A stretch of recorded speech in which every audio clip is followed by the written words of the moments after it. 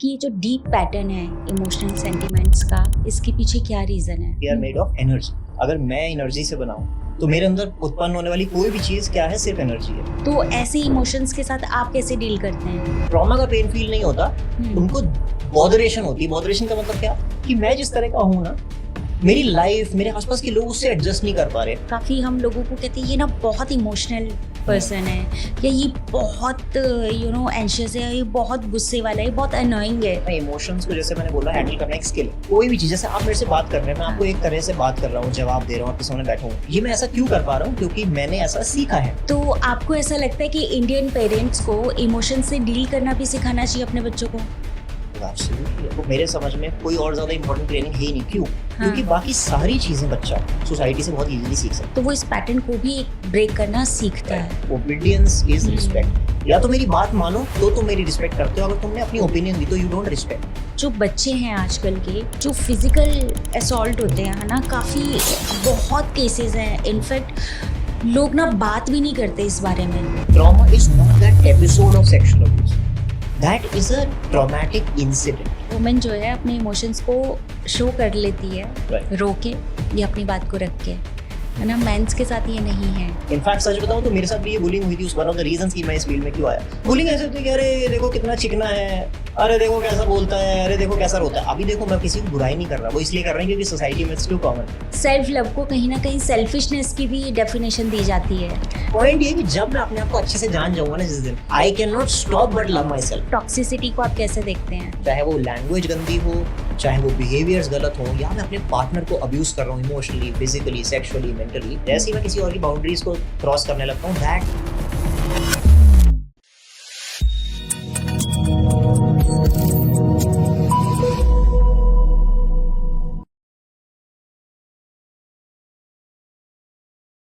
नमस्ते everyone, welcome to Soch matters. आज का पॉडकास्ट बहुत ही स्पेशल रहने वाला है, बिकॉज आज के पॉडकास्ट में हमने रियल लाइफ इवेंट्स और सिचुएशंस के ऊपर बात करी है।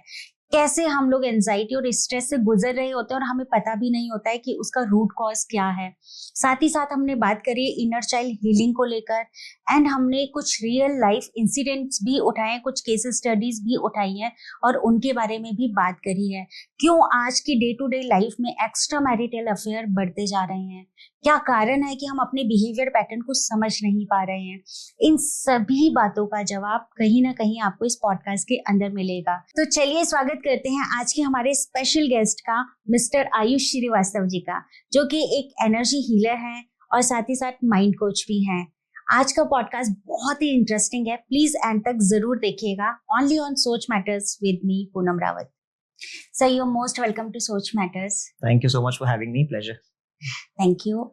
आप इमोशन सेंटिमेंट्स की बहुत सारी बातें करते हैं, है ना। तो मेरा पहला क्वेश्चन ये है कि जो डीप पैटर्न है इमोशनल सेंटिमेंट्स का, इसके पीछे क्या रीजन है? Okay, sure. देखिए, बहुत ही सिंपल सी क्या चीज समझने की जरूरत है ना, कि हम इंसान जो है, हम क्या है, हम लोग चाहे साइंस की बात करें चाहे स्पिरिचुअलिटी की, we are made of energy. हम सब एनर्जी से बने हैं, राइट?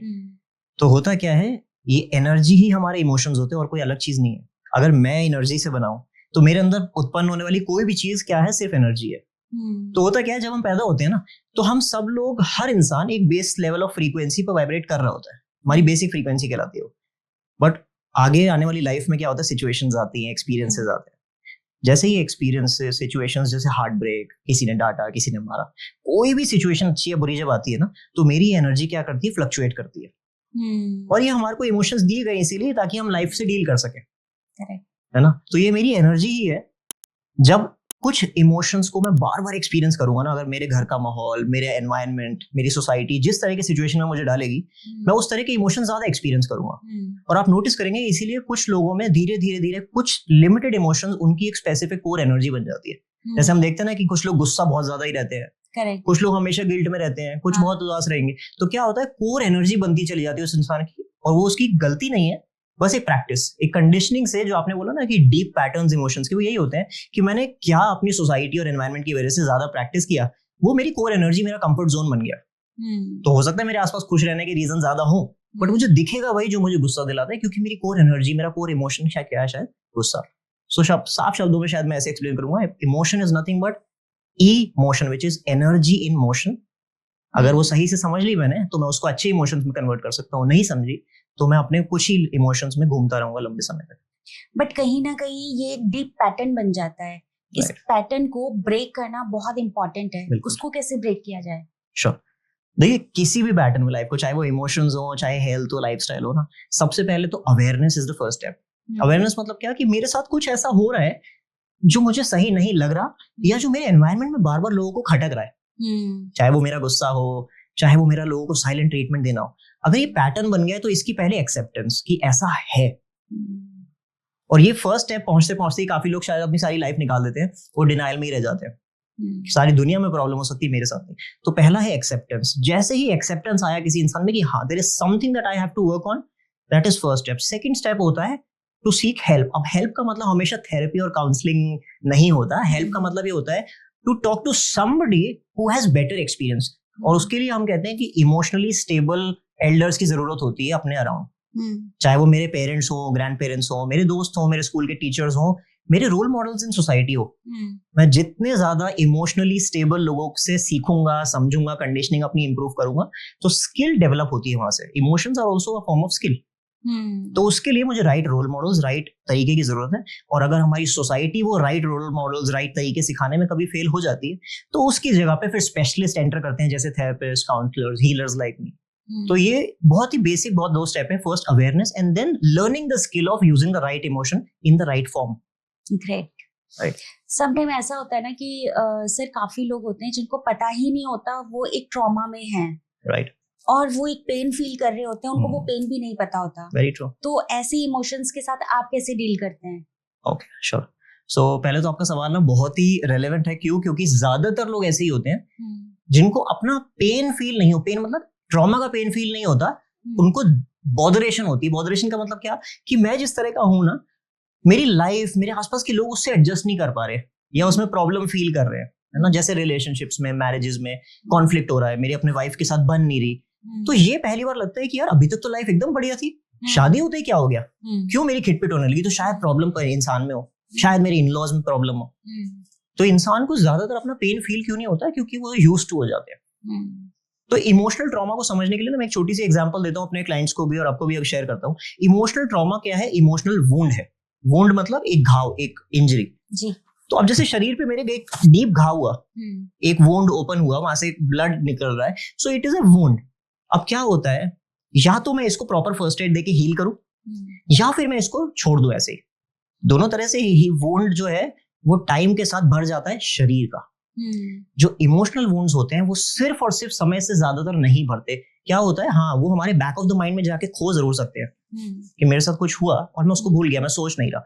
बट अक्सर ऐसा होगा कि लाइफ में कुछ ट्रिगरिंग मोमेंट्स होते हैं। ट्रिगर क्या होता है? एक बटन होता है कि ट्रॉमा, इमोशनल वुंड हुआ 20 साल पहले, बट उसका ट्रिगर हुआ मुझे पहली बार अपनी शादी के बाद, ट्रिगर हुआ मुझे पहली बार एक जॉब में आने के बाद। तो मेरा दिमाग मुझे क्या कहता है कि प्रॉब्लम शादी में है, प्रॉब्लम इस वर्क प्लेस में है, प्रॉब्लम मेरे बॉस में, या सो ऑन सो फोर्थ। तो इस ट्रिगर को पहचानना जरूरी नहीं है हर इंसान को वो उस ट्रॉमा की अंडरस्टैंडिंग हो, पेन की अंडरस्टैंडिंग भी हो, बट ये कहना कि हाँ ये मुझे कुछ ट्रिगर जो कर रहा है ना, ये एक्चुअल पेन नहीं है। और ये कैसे पता चलता है? पैटर्न्स, कि बार बार क्यों ऐसा हो रहा है। कि चलो वाइफ में तो प्रॉब्लम मैंने सब ढूंढ ली, बट क्यों मेरा ऐसा ही मेरे हर सर्कल में होता है? क्यों मेरे कॉन्फ्लिक्ट्स दोस्तों के साथ भी रहते हैं? क्यों मेरे कॉन्फ्लिक्ट्स मेरे एक्स के साथ भी रहते थे? जब पैटर्न देखते हैं तो पैटर्न ढूंढना आसान होता है। रूट ऑफ द पेन या एक्चुअल पेन जो है वो थोड़ा स्पेशलिस्ट का काम होता है। जब हमारे पास कोई आता है तो हमारा पॉइंट ये होता है कि हर सुपरफिशियल प्रॉब्लम, जो इसको कहते हैं ना कॉस्मेटिक प्रॉब्लम जो दिखती है, उसके पीछे का रूट प्रॉब्लम आइडेंटिफाई करना वो हम स्पेशलिस्ट का काम होता है। जैसे है ना, जैसे हम लोगों को लगता है कि मेरे को गुस्सा बहुत आता है, हाँ, ट्रू। तो गुस्सा ज्यादातर एक सुपरफिशियल कॉस्मेटिक प्रॉब्लम ही होता है। गुस्से के पीछे रूट हमेशा और हमेशा डर होता है, जो ज्यादातर लोगों नहीं मानते भी नहीं है शायद लोग। बट गुस्सा वही लोग होंगे जिनके अंदर कोई ना कोई या तो इनसिक्योरिटी है या किसी फॉर्म का फियर, किसी फॉर्म का डर है। उसको छुपाने का एक तरीका है, माध्यम है गुस्सा। तो एक एग्जांपल है। इस तरह से हर कॉस्मेटिक प्रॉब्लम, शादी की problems, health problems, societal problems भी, जैसे पॉलिटिक्स, सोशल मीडिया, जो भी प्रॉब्लम्स है ना, कॉस्मेटिक प्रॉब्लम पहचानना ज्यादा आसान है और उसमें कोई प्रॉब्लम भी नहीं है। जब भी आपको समझ आए उसको पहचाने और उस पर क्वेश्चनिंग करना बहुत जरूरी होता है। हमने ना सर काफी सुना है, जैसे काफी हम लोगों को कहते हैं ये ना बहुत इमोशनल पर्सन है, या ये बहुत एंशियस है, ये बहुत गुस्से वाला है, ये बहुत अनोइंग है। ऐसे पीपल्स को आप क्या कहते हैं? मतलब is there something problem over there, या कुछ ऐसा ही है? श्योर। सो इमोशंस का क्या है ना, इमोशंस को जैसे मैंने बोला हैंडल करना एक स्किल है, राइट? तो मैं कोई भी चीज, जैसे आप मेरे से बात कर रहे हैं, मैं आपको एक तरह से बात कर रहा हूँ, जवाब दे रहा हूँ, आपके सामने बैठा हूँ, ये मैं ऐसा क्यों कर पा रहा हूँ? क्योंकि मैंने ऐसा सीखा है। मुझे ऐसा कभी ना कभी एग्जाम्पल से अपने एनवायरनमेंट ने बताया कि जब आपसे कोई बैठ के बात करे तो आप आंखें से आंखें मिलाएं, बात करें, स्माइल करें। तो मैं वही करूंगा बड़े होकर जो मैंने सीखा है। कुछ बच्चे अनफॉर्चुनेटली ऐसे माहौल में होते हैं, और सिर्फ फैमिली की बात नहीं कर रहा मैं ओवरऑल एनवायरनमेंट की बात कर रहा हूँ, स्कूल, परिवार, सोसाइटी, मीडिया, मूवीज। एक बच्चे को जब राइट एग्जाम्पल्स नहीं मिले ना कि इमोशन मेरे अंदर जब उठा, चाहे वो गुस्सा था, रेज था, जेलसी थी, पोजेसिवनेस था, ये आया तो क्या करना है? क्योंकि आप देखेंगे एनवायरनमेंट ज्यादातर क्या होते हैं कि गंदा इमोशन, नेगेटिव इमोशन जैसे ही आया उसको बोलते हैं ऐसा नहीं फील करते, ये बहुत गंदी बात होती है। इमोशन फील मत करो कि बेटा आपको उससे जेलसी हो रही है, very bad, you are a bad boy.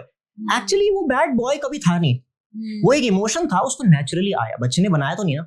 तो हमने कभी उसको ये बात ही नहीं करने दी कि जेलसी होती क्या है, और अगर होती है तो इसके बारे में क्या करना चाहिए।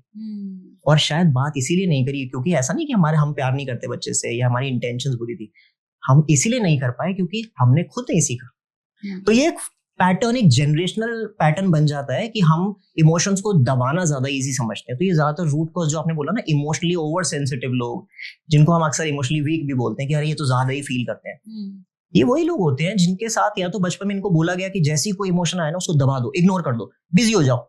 क्योंकि आप अपने पापा को देखो, मम्मी को देखो, हम भी ऐसे करते हैं ना। जब हम दुखी होते हैं, जब हमारी लड़ाई हो जाती है, तो हम क्या करते हैं? हम खाना बनाने लगते हैं, हम टीवी देखने लगते हैं, मोबाइल स्क्रॉल करते हैं, बाहर चले जाते हैं। तो आप भी कुछ ढूंढो। तो बच्चा है तो पढ़ाई ढूंढता है, गेम्स ढूंढता है, सो XYZ एग्जाम्पल ढूंढता है। वो धीरे धीरे ये एक लाइफ का पैटर्न बन जाता है कि बड़े हो रहे हैं, जैसे ही कोई ऐसी सिचुएशन आई जिसको I do not understand well, तो मेरे को क्या करना है? Look for distractions. तो इस सिनेरियो में दो तरह के लोग आपको मिलेंगे। एक लोग होंगे जो बहुत इमोशनली इनसेंसिटिव बन जाते हैं। इसका मतलब क्या है कि उनको पता ही नहीं चल रहा उनके साथ क्या हो रहा है। खुशी का माहौल है, शादी है, घर में फंक्शन है, वो डांस कर रहे हैं, गाना गा रहे हैं, दारू पी रहे हैं, सब कर रहे हैं, अंदर खुशी फील नहीं हो रही है। या फिर बहुत दुख का माहौल है, somebody has passed away in the family, वो सबको अच्छे से बात कर रहे हैं, समझा रहे हैं, बट एक्चुअली वो दुख कहीं फील नहीं कर पा रही। इसको हम बोलते हैं साइकोलॉजिकल टर्म्स में एपैथी। एपैथी का मतलब होता है अच्छे बुरे में फर्क करना भूल जाते हैं। वो इसलिए क्योंकि जब वो बड़े हो रहे थे फॉर्मेटिव ईयर्स में, तो उनके इमोशंस को समझाने की जगह कि इससे डील कैसे करना है, उसको दबाया गया। जान के नहीं, बट शायद गलती से, ट्रेनिंग नहीं थी, समझ नहीं थी, तो दबा दो, बात मत करो, इग्नोर करो।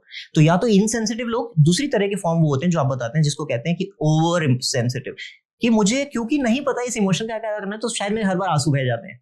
मैं एक मूवी देखो तो भी मेरे आंसू निकल जाते हैं, मेरे दोस्त से बात की तो भी आंसू, क्योंकि उनकी गलती नहीं है। इमोशन ऊपर आया, मुझे नहीं पता कि उसको एक्सप्रेस कैसे करना है, मुझे यही नहीं पता मेरा इमोशन मुझे क्या बताने की कोशिश कर रहा है, because it had to be a practice.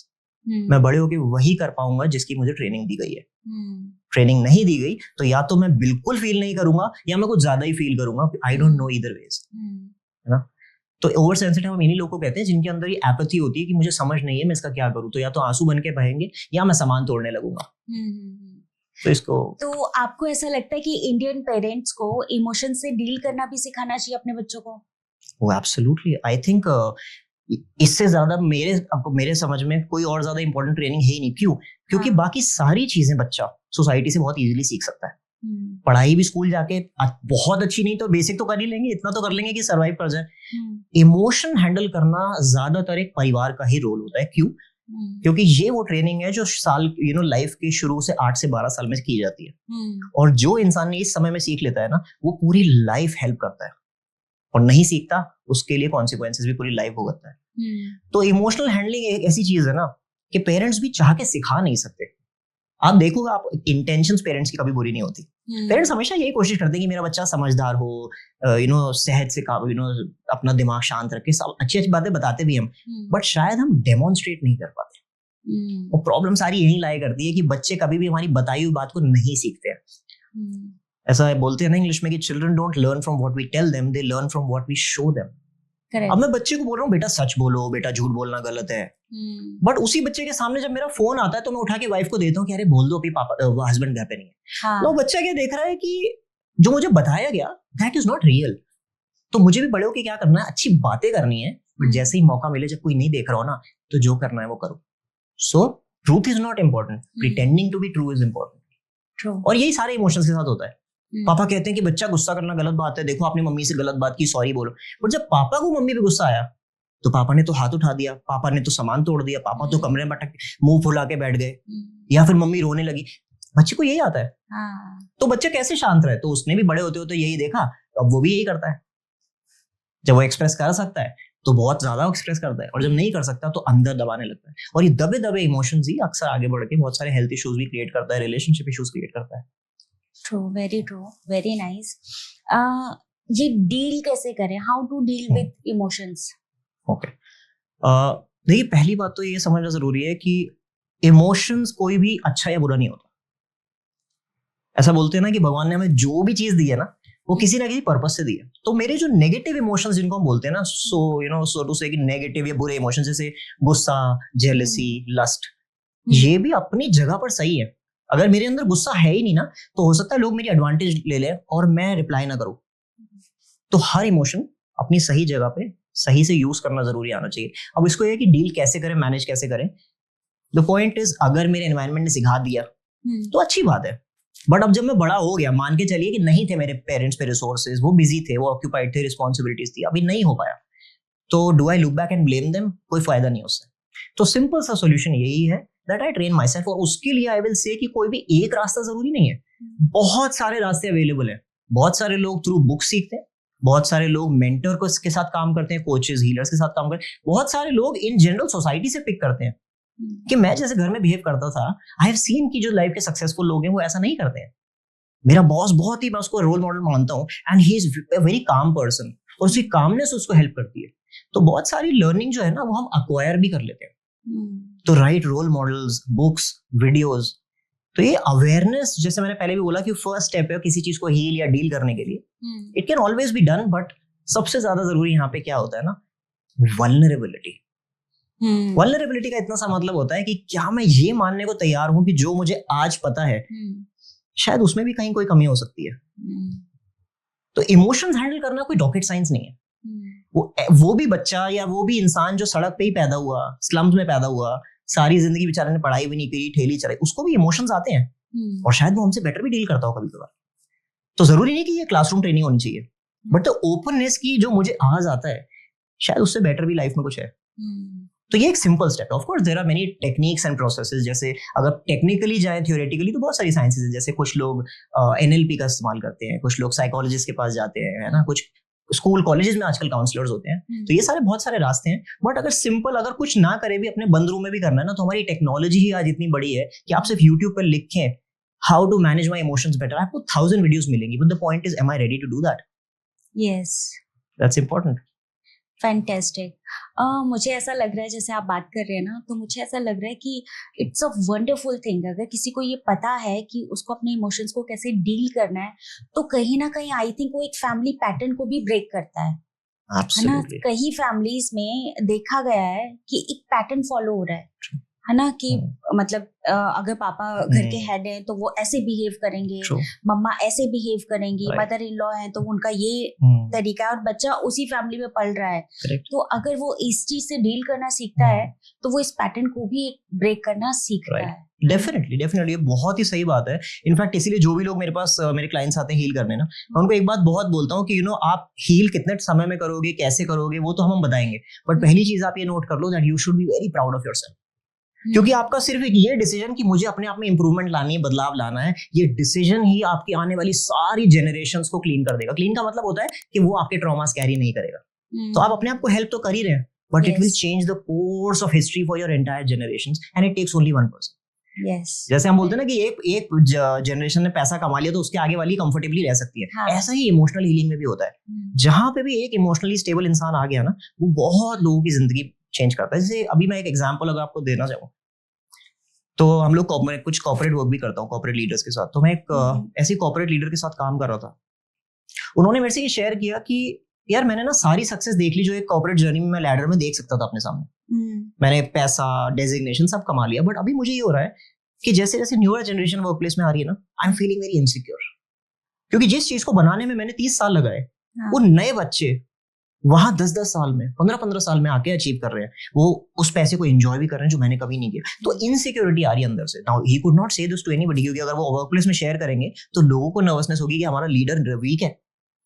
But when he shared this, तो हमने जब उस पर काम किया ना डीप, तो हमें समझ में आया कि कहाँ से आ रहा था। इट वाज अ पैटर्न कि उनकी फैमिली में क्या थ्रेड चला रहा था कि जो भी फैमिली में अथॉरिटी फिगर था ना, और ये उन्होंने अपने दादा से नोटिस किया सबसे पहले, कि जो भी जिसके पास पावर है, अथॉरिटी है, सारी रिस्पॉन्सिबिलिटी उसमें, और बाकी सबको क्या करना है, सिर्फ चुपचाप कहना मानना है।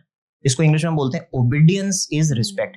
या तो मेरी बात मानो तो तुम मेरी रिस्पेक्ट करते हो, अगर तुमने अपनी ओपिनियन दी तो you don't respect me. It was a pattern, और ये बहुत देखा जाए तो बड़ी कॉमन चीज लगती है हमें। ओबीडियंस इज रिस्पेक्ट, चुपचाप काम मानो। और उन्होंने, उसके दादा ने पापा में चीज वो ट्रांसफर करी without knowing, and unknowingly father ने वही चीज रिपीट करी जब उनका समय आया। अब क्या हुआ, ये जब एक पैटर्न बन गया, तो इस बच्चे को भी, जो अब 60 साल से ऊपर का इंसान है, उसको पता नहीं चला कब में उसने ये सीखा। और उसका पैटर्न अब क्या है कि जैसे ही उसके पास अथॉरिटी है, उसको लगता है कि अथॉरिटी या रिस्पेक्ट इसीलिए आएगी जब मेरे साथ में टेबल पे लोग मेरी बात माने, चुप रहे। But that is not true in today's society. आजकल की generation does not care about your designation, cares about the value that you bring. अब अगर इस इंसान की मैं बात करूं, तो ये जब किसी हीलर या क्या काउंसलिंग के लिए जाएंगे, तो आप ध्यान रखें कि ये कभी भी ये पैटर्न्स पता नहीं होंगे इनको। ऑफ कोर्स वो क्या बोलेंगे, मुझे इनसिक्योरिटी हो रही है या मुझे गुस्सा आ रहा है।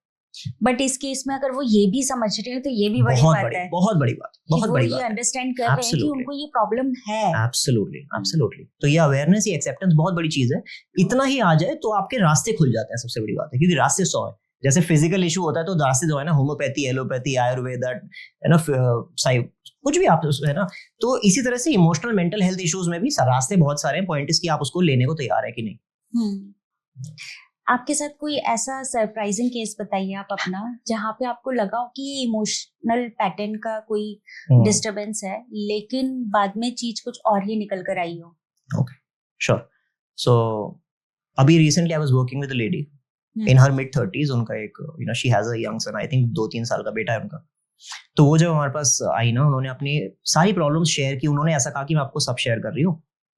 उनका मेन इशू जो लाइफ में ये था कि एक तो उनको था कि जब भी मैं बच्चे के साथ घर में अकेली होती हूँ ना, मैं बहुत इजीली ट्रिगर होती हूँ। ट्रिगर मतलब बच्चा, छोटी सी 3 साल का बच्चा क्या ही कर सकता है, कुछ गिरा देता है, रोने लगता है। तो मैं इतना गुस्सा होती हूँ कि मैं तो सामान तोड़ देती हूँ, कुछ पेपर रखे होते फाड़ देती हूँ। उनका आने का डिसीजन हमारे पास तब हुआ जब उन्होंने एक सामान फेंका एक दिन, और वो बच्चे के एकदम पास जाके गिरा। तो उन्हें इतना डर लगा कि अगर ये मेरा गुस्सा किसी दिन आउट ऑफ कंट्रोल हुआ और मैंने कुछ किया जो बच्चे को नुकसान करे, that was the triggering point. तो इसलिए वो आई। तो उन्होंने ये बोला कि ये पॉइंट है कि बच्चे को मेरा ट्रिगर होता है। और दूसरा पॉइंट ये था दैट शी वाज फीलिंग कि आई am not emotionally intimate with my partner. उनको लगता था कि अपने हस्बैंड के साथ she is not physically and emotionally intimate. उनको लगता था कि कुछ डिस्टेंस है।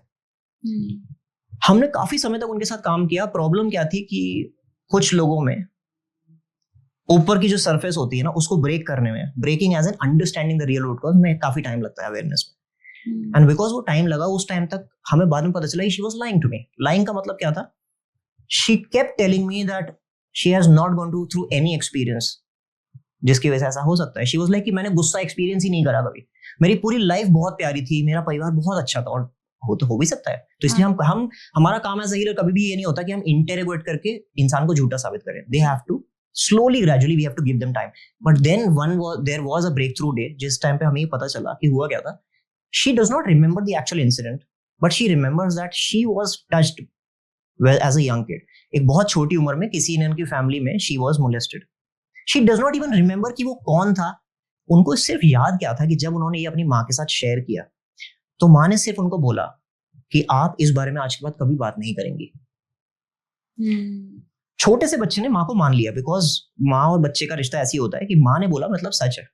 लेकिन अंदर इमोशंस क्या थे, वो एक नीड थी, उसको बोलते हैं the need for acceptance, the need for protection. उस बच्चे की उसी दिन से वो जो ट्रस्ट था ना पेरेंट्स में, वो कहीं ना कहीं ब्रेक हो गया, जो बच्चे को पता नहीं चला। उस बच्चे को लगा मेरे माँ बाप मेरे को सब कुछ देते हैं, they are always available, they are giving me the best education. तो उसको, बच्चे को यही स्टोरी थी कि मेरा बचपन बहुत अच्छा है, सब सुंदर, सब मिला। बट कहीं ना कहीं वो इमोशनल ट्रस्ट जब ब्रेक हो गया ना, तो उस बच्चे की लाइफ में ये पैटर्न बन गया कि वो ऊपर से बहुत खुश, बहुत सुंदर, बहुत अच्छे से रहना, सबको ध्यान रखना, बट जैसे ही ऐसा पॉइंट आता रिलेशनशिप में जब आता और इंटीमेसी, किसी को ट्रस्ट करना, वो नहीं हो पाता क्योंकि ट्रस्ट वाज ब्रोकन। किसी भी बच्चे का बचपन में जब जल्दी ट्रस्ट ब्रेक हो जाता है ना, तो उसमें बहुत काम करने की जरूरत होती है, वो किसी भी रिलेशनशिप में नहीं होता। अब देखो, इसमें ना तो हस्बैंड का कोई रोल है, ना आज के टाइम के ट्रिगर की कोई प्रॉब्लम। ट्रिगर क्या है, सिर्फ हमें बताता है। तो उनके साथ यही होता था, because it became a pattern. उन्होंने इतने साल प्रिटेंड किया that everything is okay, everything is okay, क्योंकि खुद को भी समझ नहीं थी ना कि क्या हुआ, कब हुआ। इतने साल प्रिटेंड किया that finally the flood gates opened. और ये अक्सर होता है बहुत सारी लोगों की लाइफ में। एक टाइम आता है जब वो कंट्रोल या सप्रेस नहीं कर पाते। कुछ बहुत किस्मत वाले होते हैं जिनकी लाइफ में ये जल्दी हो जाए। बहुत टीनेजर्स, अर्ली 20s में लोगों को लगता है अब मैं संभाल नहीं पा रहा, आई don't know what it is. कई लोग की लाइफ में बहुत देर से आता है, कई बार मिड एज में आता है, जब बहुत सारी लाइफ में सब कुछ कर लिया, सब सॉर्ट हो गया, अब लगा कि यार ये जो दबा हुआ था ना, कुछ प्रॉब्लम है। So this was a case जहां, एंड द ब्यूटी इज कि जैसे ही वो रिकॉग्नाइज होता है ना, it is painful, it is hurtful of course, क्योंकि आपके बहुत सारे पैटर्न्स शैटर होते हैं, आपकी इमेजिनेशन शैटर होती है, और आपको ऐसा भी लगता है कि इतने साल बाद ये बात करके क्या फायदा, क्या मैं अपने पेरेंट्स को ब्लेम कर रही हूँ। बट धीरे धीरे जब हम काम करते हैं, उनको समझ में आता है कि healing self is not about blaming. वो सिर्फ समझने की जरूरत है कि प्रॉब्लम कहाँ थी, सो दैट मैं उस जगह पे उस वोन को हील कर पाऊं। So that was one of the cases. और इस तरह के काफी केसेस आते हैं जहाँ पे इंसान को खुद से सच बोलने में समय लगता है। मेरा नेक्स्ट क्वेश्चन है यही था कि जो बच्चे हैं आजकल के, जो फिजिकल असॉल्ट होते हैं, है ना, काफी बहुत केसेस हैं। इनफैक्ट लोग ना बात भी नहीं करते इस बारे में। और शायद काफी बच्चे ऐसे होंगे कि जिनको शायद वो ही पेन है, बट उनको पता ही नहीं है कि बचपन में उनके साथ क्या हुआ था, है ना। तो इन चीजों के लिए हम पेरेंट्स को क्या एडवाइस दें कि वो अपने बच्चों को कैसे काउंसिल करे, सो दैट वो, मतलब जो बच्चा है वो अपने पेरेंट्स से सब कुछ शेयर करे। ये कैसे? आई थिंक ये बहुत ही जरूरी क्वेश्चन है, स्पेशली आजकल के टाइम में। और यू आर राइट कि ये केसेस ना हमारी इमेजिनेशन से बहुत ज्यादा कॉमन है। एग्जैक्टली, क्योंकि पता ही नहीं ना, बच्चे के साथ तो सम टाइम ऐसा केस निकलता है कि फैमिली के ही कोई मेंबर है, Absolutely. काफी केसेस में और बच्चा बहुत बिल्कुल चुप है, वो बड़ा हो रहा है, सब कुछ है, लेकिन कहीं ना कहीं वो ट्रॉमा उसके माइंड में है ना। तो ये इस पैटर्न को कैसे ब्रेक करें, और पेरेंट्स को कैसे बच्चों के साथ ओपन डिस्कशन करना चाहिए, सो दैट उनके मन में कोई बात ना रहे ऐसी। ठीक। तो इसमें ना सबसे पहले मैं एक चीज बोलता हूँ जो बहुत फंडामेंटल ग्राउंड रूल कहलाती है। जिस एक टर्म होता है ट्रॉमा, आजकल ना सोशल मीडिया पे बहुत ही कोई भी कहीं भी यूज कर देता है। ट्रॉमा क्या है? Trauma is not a bad incident. थोड़ा शायद जो लोग सुने उनको ऑकवर्ड लगी, अरे trauma is not that episode of sexual abuse, that is a traumatic incident. Trauma असली क्या है कि वो जो इंसिडेंट हुआ उस वजह से उस बच्चे के अंदर क्या बीती, उस बच्चे के अंदर क्या इंप्रेशन छूट गया, वो ट्रॉमा है। तो एग्जांपल देता हूं, अगर किसी बच्चे के साथ अनफॉर्चुनेटली सेक्सुअल अब्यूज, मोलेस्टेशन का केस हुआ, वो एक एपिसोड था, ऑब्वियसली वो हर्टफुल है, बट उस बच्चे ने उसकी वजह से जो विचार बनाए मन के अंदर, किस बारे में? अपने बारे में, कि मैं गलत था, मेरे में कोई प्रॉब्लम थी, या फिर दुनिया के बारे में, ये दुनिया खराब है, ये दुनिया ट्रस्टवर्दी नहीं है, या पेरेंट्स के बारे में कि पेरेंट्स कभी साथ नहीं देते। ये जो विचार बने, ये जो बिलीफ मन में बैठ गया ना, ये एक्चुअल ट्रॉमा है। So trauma is not the incident, trauma is what that incident did to me and what stayed with me. So number 1 ये। अब ये है क्वेश्चन कि कैसे हम ऐसा एनवायरनमेंट दे बच्चे को घर में और आसपास कि बच्चा आपसे शेयर करने के लिए ओपन हो। तो एक तो बहुत ही सिंपल चीज है जो आजकल हम हैप्पी की होने भी लगी है स्कूल्स में, which is called sex education, कि बच्चे को पहले तो पता हो कि गलत क्या है, सही क्या है, good touch, bad touch. But इससे बहुत ज्यादा जरूरी चीज ये है कि घर में ओपननेस का एनवायरनमेंट हो। अब वो कैसे बनेगा? तो ओपननेस के लिए आजकल क्या है, यंग पेरेंट्स काफी कोशिश भी कर रहे हैं, I am happy for that, कि बच्चे को बोलते हैं कि आपको जब भी प्रॉब्लम हो आप मेरे पास आओ, I will try to act as a friend to my child. ये अच्छी बात है, बट इस सबसे ज्यादा अगर कोई जरूरी बात ये है, giving them the right demonstration. Demonstration का मतलब ये है कि जब हमारे आपस में, जैसे मैं और मेरी वाइफ बैठी है और हमारे बीच में कोई लड़ाई हुई, हम लड़ाई बहुत बच्चे के सामने खुल के कर लेते हैं, बड़े आराम से खुल के लड़ाई करते हैं, गंदी गंदी बातें बोलते हैं, झगड़े करते हैं, और बच्चा क्या देखता है, इतनी झगड़ा हुआ, बच्चा डर के बैठा है, 2 घंटे बाद मम्मी पापा फिर हंस बोल रहे हैं, या 2 दिन बाद फिर हंस बोल रहे हैं। बच्चे को क्या लगा कि जब एक सिचुएशन होती है ना, वो अपने आप समय के साथ डील हो जाती है। बच्चे को नहीं पता that when you are in a different room, maybe you are hugging each other, maybe आप बात कर रहे हो, मे बी आप रो रहे हो। तो ये बहुत जरूरी है कि जब बच्चे के सामने कोई भी प्रॉब्लम हो, छोटी या बड़ी, वो किसी भी प्रॉब्लम में वो विटनेस है, तो आप उसका लूप उस बच्चे के दिमाग में भी क्लोज करें। अब करना क्या, ये नहीं कि आप बच्चे के सामने बैठ के सारी बातें डिस्कस करें, बट एटलीस्ट जब आपका सोल्यूशन हो जाए, then come to the child and say that we are sorry we did it in front of you and you had to see this, but here is what we did, कि हमने देखो बेटा आपके पीछे हमने ना बात करी, मम्मा ने पापा से सॉरी बोला, पापा ने मम्मा से सॉरी बोला, एंड वी डिस्कस्ड, और हमें ये समझ में आया कि मेरी ये गलती थी।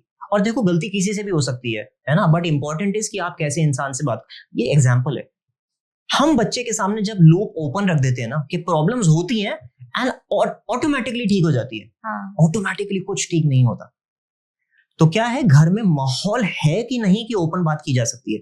क्योंकि आप देखो ये जो इंसिडेंट्स होते हैं ना, सेक्सुअल अब्यूज, बैड टच के, ये बहुत लिमिटेड ही होते हैं। अनफॉर्चुनेटली कुछ बच्चों के साथ ज्यादा रिपीटेड हो सकते हैं, बट ज्यादा बुलिंग, ये जो अब्यूज है, ये लिमिटेड होगा। बट बच्चे के दिमाग में ये कहां से आया कि ये ऐसी चीज है जिसके बारे में मैं पेरेंट्स को नहीं बता सकता? तो क्या मेरे घर के अंदर यही बातें होती हैं क्या कि हमारी reputation is more important than everything? क्या बच्चा ये देख रहा है कि फादर के लिए ज्यादा इंपॉर्टेंट है कि पड़ोसी उनके बारे में क्या बोले, माँ घर में रोती रहे, कोई फर्क नहीं पड़ता, which means child knows. And देखो बच्चे बहुत इंटेलिजेंट होते हैं, बच्चे इतने इंटेलिजेंट होते हैं, वो साइंस पिक करते हैं, वो देखते हैं कि अच्छा मेरे मम्मी पापा को ना जैसे ही कोई मेहमान आता है वो एक दूसरे से प्यार से बात करने लगते हैं, और जैसे ही मेहमान जाते हैं वो बात भी नहीं करते। तो द चाइल्ड नोज कि हमारा घर बातों के लिए नहीं बना है। यहाँ पे people they don't have real conversations. Whenever you are in problem, जैसे मम्मी या तो जाके रोती हैं तो I have to go alone and cry, or like my father I have to step out, दोस्तों में चले जाओ, गेम्स खेलने लगो। So when the actual problem comes to this child, उसके पास एक्चुअल सही बात करने के लिए, ये नहीं कि किसी ने मना किया हमारे पास मत आना, बट उसको वो कॉन्फिडेंस नहीं था। Confidence comes with examples. Very true, fantastic. बच्चों को ये एजुकेशन देना भी बहुत ज़रूरी है, और अगर आप बच्चों के साथ मतलब फ्रेंडली वे में रहते हैं तो शायद बच्चे आपसे शेयर भी करते हैं। Absolutely, absolutely. अभी थोड़ा सा हम बात करते हैं मेन एंड वुमेन इमोशंस की, ठीक है। मेनली देखा गया है कि वुमेन जो है अपने इमोशंस को शो कर लेती है, रो के या अपनी बात को रख के, है ना। मेंस के साथ ये नहीं है।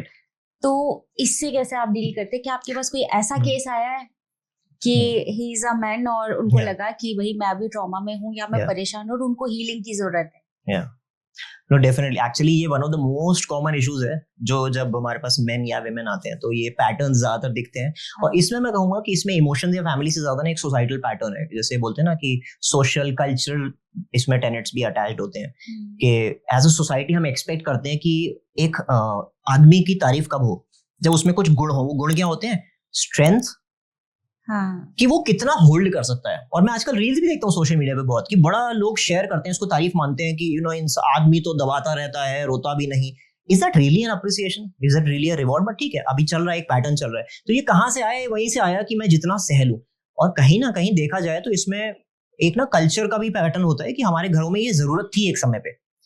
अगर हम अपनी फैमिलीज में देखें, उस टाइम पे when women did not work, घर का संभालती थी, आदमी बाहर का संभालते थे, तो शायद उनके कैरेक्टर एक रोल की जरूरत थी कि वो बाहर की सारी प्रॉब्लम्स घर में ना शेयर करें। बट क्या ये जब पैटर्न बनता गया, अब की अगर बात करें तो ये होता है बहुत सारे केसेस में। बच्चों को तक, कोई बच्चे क्या नॉर्मल किसी भी फैमिली में बोला जाता है क्या लड़कियों की तरह रोता रहता है, तो बड़ा ही वीक है ना। और स्कूल में हम कुछ बहुत मजाक में भी बातें, और इनफैक्ट सच बताऊं तो मेरे साथ भी ये बुलिंग हुई थी। उस वन ऑफ द रीजंस कि मैं इस फील्ड में क्यों आया। वो बुलिंग ऐसे होती है कि अरे देखो कितना चिकना है, अरे देखो कैसा बोलता है, अरे देखो कैसा रोता है। अभी देखो मैं किसी को बुराई नहीं कर रहा, वो इसलिए कर रहे हैं क्योंकि सोसाइटी में इट्स टू कॉमन। बट ये क्या बता रहा है इंसान को कि अगर रिस्पेक्ट चाहिए तो एक तरह से बैठो, एक तरह के कपड़े पहनो, इस तरह से आपके बात करने का स्टाइल होना चाहिए। वो धीरे धीरे क्या होता है, उसको एक चीज के लिए पनिशमेंट मिल रही है, क्या कि जब तू रोता है ना तो हम तेरे पे हंसेंगे, और जब तू छुपा लेता है तो हम कहेंगे वाह। और इसकी हम बात भी करते हैं ना, कई बार हमारा गुड चाइल्ड होता है परिवार का, मेरा बच्चा बहुत अच्छा है, कभी कोई डिमांड नहीं करता, मेरा बच्चा बहुत अच्छा है, कोई बात नहीं, हमारी हर बात मानता है। उस बच्चे को लगा रहे मेरे को तो अप्रिशिएट कर रहे हैं, तो मेरा काम ही यही है क्या, चुपचाप बन के राजा बेटा। और राजा बेटा कभी नहीं बोलता। बट होता क्या है ना, ज्यादातर इसके कॉन्सिक्वेंस झेलने किसको पड़ते हैं? उसके पार्टनर को। और ये मेन और विमेन दोनों में है। आदमियों के साथ जैसा आपने कहा सही बात है कि उनका सोसाइटल पैटर्न्स ऐसे हैं, कंडीशनिंग ऐसी है कि जितना दबा सको that is your strength, you should be proud of it. और उसी जगह पे अगर विमेन की बात करें तो विमेन के साथ क्या होता है ना, women by nature, by the creation ऐसी है कि women are more emotionally expressive. उनको इमोशंस की समझ भी मर्दों से ज्यादा बेटर होती है। तो ये सेंसिटिविटी भगवान ने दी है, अच्छी बात ये है। बट क्या है कि जब उसको डील करना हमने प्रैक्टिस नहीं किया, या अगेन वही कोर पे जाऊंगा मैं कि अगर हमने राइट एग्जांपल्स नहीं देखे, तो वो होगा क्या, वो हर बार एक्सप्रेशन गलत होगा। एक्सप्रेशन गलत का मतलब क्या है कि या तो मैं सिर्फ रोऊंगा, हाँ, मैं उसको कभी शब्दों में कन्वर्ट नहीं कर पाऊंगा, exactly. और शब्दों में अगर कन्वर्ट भी कर पाऊंगा तो मुझे यही समझ नहीं होगी कि मुझे चाहिए क्या। मैं इसका एक छोटा सा एग्जांपल देना चाहूंगा, because a lot of women face this specially. होता क्या है, जब भी मेरे साथ में लाइफ में कोई प्रॉब्लम होती है, तो मेरे जैसे मान के चलो कि मेरे को ऐसा लग रहा है कि मेरी मदर इन लॉ ने मेरे से बहुत बुरी तरह से बात की और मेरा हस्बैंड शाम को आएगा तो मैं उससे बात करूंगी। हाँ. यहाँ पे दो तरह की नीड है। एक नीड है कि मेरे को इस सिचुएशन का सोल्यूशन दो, कि मदर इन लॉ के साथ जो मेरा चल रहा है क्या करूं मैं, क्योंकि तुम्हारी मदर है, हेल्प मी आउट। ये है solution. But before solution women first need what? Understanding. और अंडरस्टैंडिंग का मतलब ये नहीं होता कि तुम थेरेपिस्ट बन जाओ मेरे। अंडरस्टैंडिंग का मतलब ये है कि जो मैं बोल रही हूँ एटलीस्ट मेरे फेस पे तुम ये तो कहो कि I understand that you are going through this. इस कंपैशन, इस वार्मथ की बहुत जरूरत होती है, स्पेशली विमेन को, because they are made that way, they are emotionally sensitive. तो जरूरी नहीं है कि हर हस्बैंड के पास, हर पार्टनर के पास आपकी प्रॉब्लम का सोल्यूशन हो, but are you ready enough to listen? And unfortunately, क्योंकि ये सोसाइटी के दो पहलू है ना, मर्द और स्त्री, तो अभी आदमियों को जब इमोशन समझने ही नहीं आते, अपने नहीं समझ में आते, तो खुद के मैनेज नहीं कर पाते, इसलिए छुपाते हैं। अब खुद के नहीं समझ सकते तो कैसे पार्टनर के समझे? तो हम कभी ये नहीं मानेंगे कि हमें समझ नहीं आ रहा, हम कहेंगे कि अरे यार ये तो हमेशा रोती रहती है, इसको हर बात से प्रॉब्लम है। और क्या देते हैं हम? Logical solution. Your partner very rarely looks for a solution from you. हम एक दूसरे के पार्टनर से एक्सपेक्ट नहीं करते कि वो हमारी हर चीज सॉल्व कर दे। Are you ready to at least sit with me? जब मैं रो रही हूँ उस टाइम पे मुझे ज्ञान मत दो। बहुत छोटी चीज है, बट ये हाँ, ये मेन और विमेन में फर्क होता है छोटा सा। Men are made emotionally sensitive. कुछ रेयर केसेस में ये भी होता है कि कुछ सम मेन में have a lot more femininity, जिसको हम बोलते हैं ना masculine energy, feminine energy. Actually वो हमारे जेंडर में से नहीं होता डिसाइड, सिर्फ वो एक एनर्जी होती है। एनर्जी मतलब कुछ बिहेवियरल एस्पेक्ट्स होते हैं। It's also emotions. Absolutely emotions, aspects होते हैं। जैसे बोलते हैं कि कुछ मैस्कुलिन ट्रेट्स होते हैं, जैसे क्या? Strength, courage, will power. तो इसका मतलब ये नहीं कि सिर्फ आदमियों में करेज और विल पावर होगी। हमने एग्जांपल्स देखे अपनी सोसाइटी में जहां women show a lot of them. So हर इंसान, चाहे वो आदमी हो चाहे औरत, दोनों ट्रेट्स होते हैं। कुछ डोमिनेंट होते हैं, कुछ थोड़े से सटल होते हैं। तो कुछ विमेन में मैस्कुलिन ट्रेट्स बहुत स्ट्रांग हो सकते हैं, कुछ मेन में भी फेमिनिन ट्रेट्स बहुत स्ट्रांग हो सकते हैं। इसका मतलब ये नहीं कि वो उनकी बॉडी फेमिनिन लगेगी, उनकी पर्सनालिटी वैसी होगी। तो बहुत सारे लोग, इंसान होते हैं, आदमी भी होते हैं जो इमोशनली सेंसिटिव होते हैं। Point is how well do I know my self? Until I have clarity कि मेरी इमोशनल स्टेबिलिटी कैसी है, मेरे को इमोशंस जो फील हो रहे हैं उसका क्या मतलब है, तब तक मैं किसी के लिए अच्छा सपोर्ट नहीं बन सकता, जब तक मैं खुद को सहारा नहीं दे सकता। सो बहुत ही, आई थिंक मैं थोड़ा सा ऑफ टॉपिक चला गया from your question, long answer to your short question. But ज्यादातर केसेस ऐसे आते हैं जहाँ पे आदमी और औरत दोनों अपनी अपनी प्रॉब्लम से डील कर रहे हैं। बट होता क्या है कि जैसे ही ये टॉपिक अभी सोसाइटी में डिस्कस होता है ना, तो ये हमेशा एक मेन वर्सेस विमेन बन जाता है, which I really don't like. Correct. मैं अभी, मेरा नेक्स्ट क्वेश्चन यही था कि जो मैन ट्रॉमा है वो फीमेल ट्रॉमा से डिफरेंट कैसे है? Sure, okay. तो मैं आपको एग्जांपल से समझाने की कोशिश करता हूँ। तो बहुत सारे ना ट्रॉमास होते हैं जो कुछ मेन में ज्यादा कॉमन पाए जाते हैं, विमेन में कॉमन। मेन में स्पेशली इंडियन या एशियन कल्चर में बहुत कॉमन ट्रॉमा होता है, जिसको टेक्निकली बोलते हैं हम care taker trauma. Okay. Care taker trauma कहाँ से, क्या मतलब होता है ना कि एक आदमी ऐसा फील करने लगता है कि मैं लोगों के लिए सब अच्छा करूं, अपने पेरेंट्स के लिए, वाइफ के लिए, इन-लॉज के लिए, जितना अच्छा कर सकूं करूं। लेकिन सिर्फ अच्छा करना काफी नहीं है। मैं तब तक खुश नहीं रह सकता जब तक ये सारे लोग खुश नहीं है। और इसका एक्चुअली स्टार्ट कहां से होता है ना, ये उन घरों में ज्यादा स्टार्ट होता है जहां पे बच्चा देख रहा है, वो लड़का देख रहा है कि मेरी माँ कितनी दुखी रही सारी लाइफ, मेरे फादर कितना स्ट्रगल किए। और वो सच भी हो सकता है, बच्चा बुरा नहीं है। बच्चे के अंदर एक नेचुरल एम्पैथी होती है, वो कोशिश करता है कि जब मेरा समय आए तो मैं इनका ध्यान रखूंगा, जो बहुत अच्छी क्वालिटी है। ये ट्रॉमा कब बन जाता है? जब वो बच्चा ये डिफरेंस रखना भूल जाता है कि ये केयर टेकर मुझे सिर्फ माँ बाप के लिए बनना था शुरू में, बट धीरे धीरे आप ध्यान दोगे कि वो केयर टेकर ही बना रह जाता है पूरी जिंदगी। वो अपने स्कूल में जाएगा तो वो अपने उन्हीं दोस्तों को अट्रैक्ट करेगा जिन दोस्तों को उसके लिए उसकी मदद चाहिए। वो कॉलेज में, वो जॉब में ना उन्हीं लोगों से घिरा रहेगा जिसके पास कोई ना कोई प्रॉब्लम है। इसको बोलते हैं केयर टेकर ट्रॉमा। इस इंसान को रियलाइज नहीं होता, बट कहीं ना कहीं लाइफ में सिर्फ और सिर्फ एक केयर टेकर बन के रह जाता है। तो कई बार कई सारे जो मेन हमारे पास आते हैं वो कहते हैं कि यार प्रॉब्लम क्या है इसमें, अच्छा ही तो काम कर रहा हूँ ना, सबका ध्यान रख रहा हूँ। मैं कहता हूँ बहुत अच्छी बात है, आप रखो। ट्रॉमा ये इसीलिए है क्योंकि आप सेल्फ की केयर नहीं कर सकते। आप कैसे डिफरेंशिएट करें कि मेरे को एक ट्रॉमा या मैं सच में एक अच्छा इंसान पैदा हुआ? तो आप सबकी केयर करें, at the same time can you also care for yourself and your close relationships. ये लोग क्या करते हैं, ना तो अपना ध्यान रखेंगे कभी भी पूरी तरह से, और जैसे ही कोई इनके क्लोज लव या ट्रस्ट में आ जाएगा जैसे इनकी वाइफ, तो ये मानते हैं कि अब जैसे मैंने सहा ना, ये भी मेरी टीम में आ जाए और अब ये भी सबका ध्यान रखे, इसकी कोई वैल्यू नहीं जैसे मेरी कोई वैल्यू नहीं थी। तो ये लोग ना बहुत कॉमन सिम्टम्स होते हैं, ये खुद की केयर करते में गिल्ट फील करेंगे, ये उन लोगों की भी केयर करते रहेंगे जिनसे इनके मन में हेट्रेड और ग्रजेस हैं। तो ये बहुत कॉमन है जो बहुत फैमिलीज को इम्पैक्ट करता है, और ये बहुत लंबे समय तक चलता है क्योंकि लोग एक्नॉलेज नहीं करते। उनको लगता है कि मैं पेरेंट्स की बुराई कैसे, इट्स नॉट अबाउट पेरेंट्स की बुराई, और इसका सोल्यूशन ये भी नहीं है कि कल से पेरेंट्स को बाहर निकाल के खड़ा कर दो। Taking care of family is must, सबको करनी चाहिए जितना कर सकें, but the point is can you also care for the family that created out of you. कई लोग सिर्फ उसी फैमिली में फंसे रह जाते हैं जहां से वो आए, but what about the new family, and if you are not ready, don't create that family. So एक मेन में बहुत कॉमन है। विमेन में एक ट्रॉमा जो सबसे कॉमन है उसको बोलते हैं ओवर अचीवर्स या परफेक्शनिस्ट ट्रॉमा भी जी।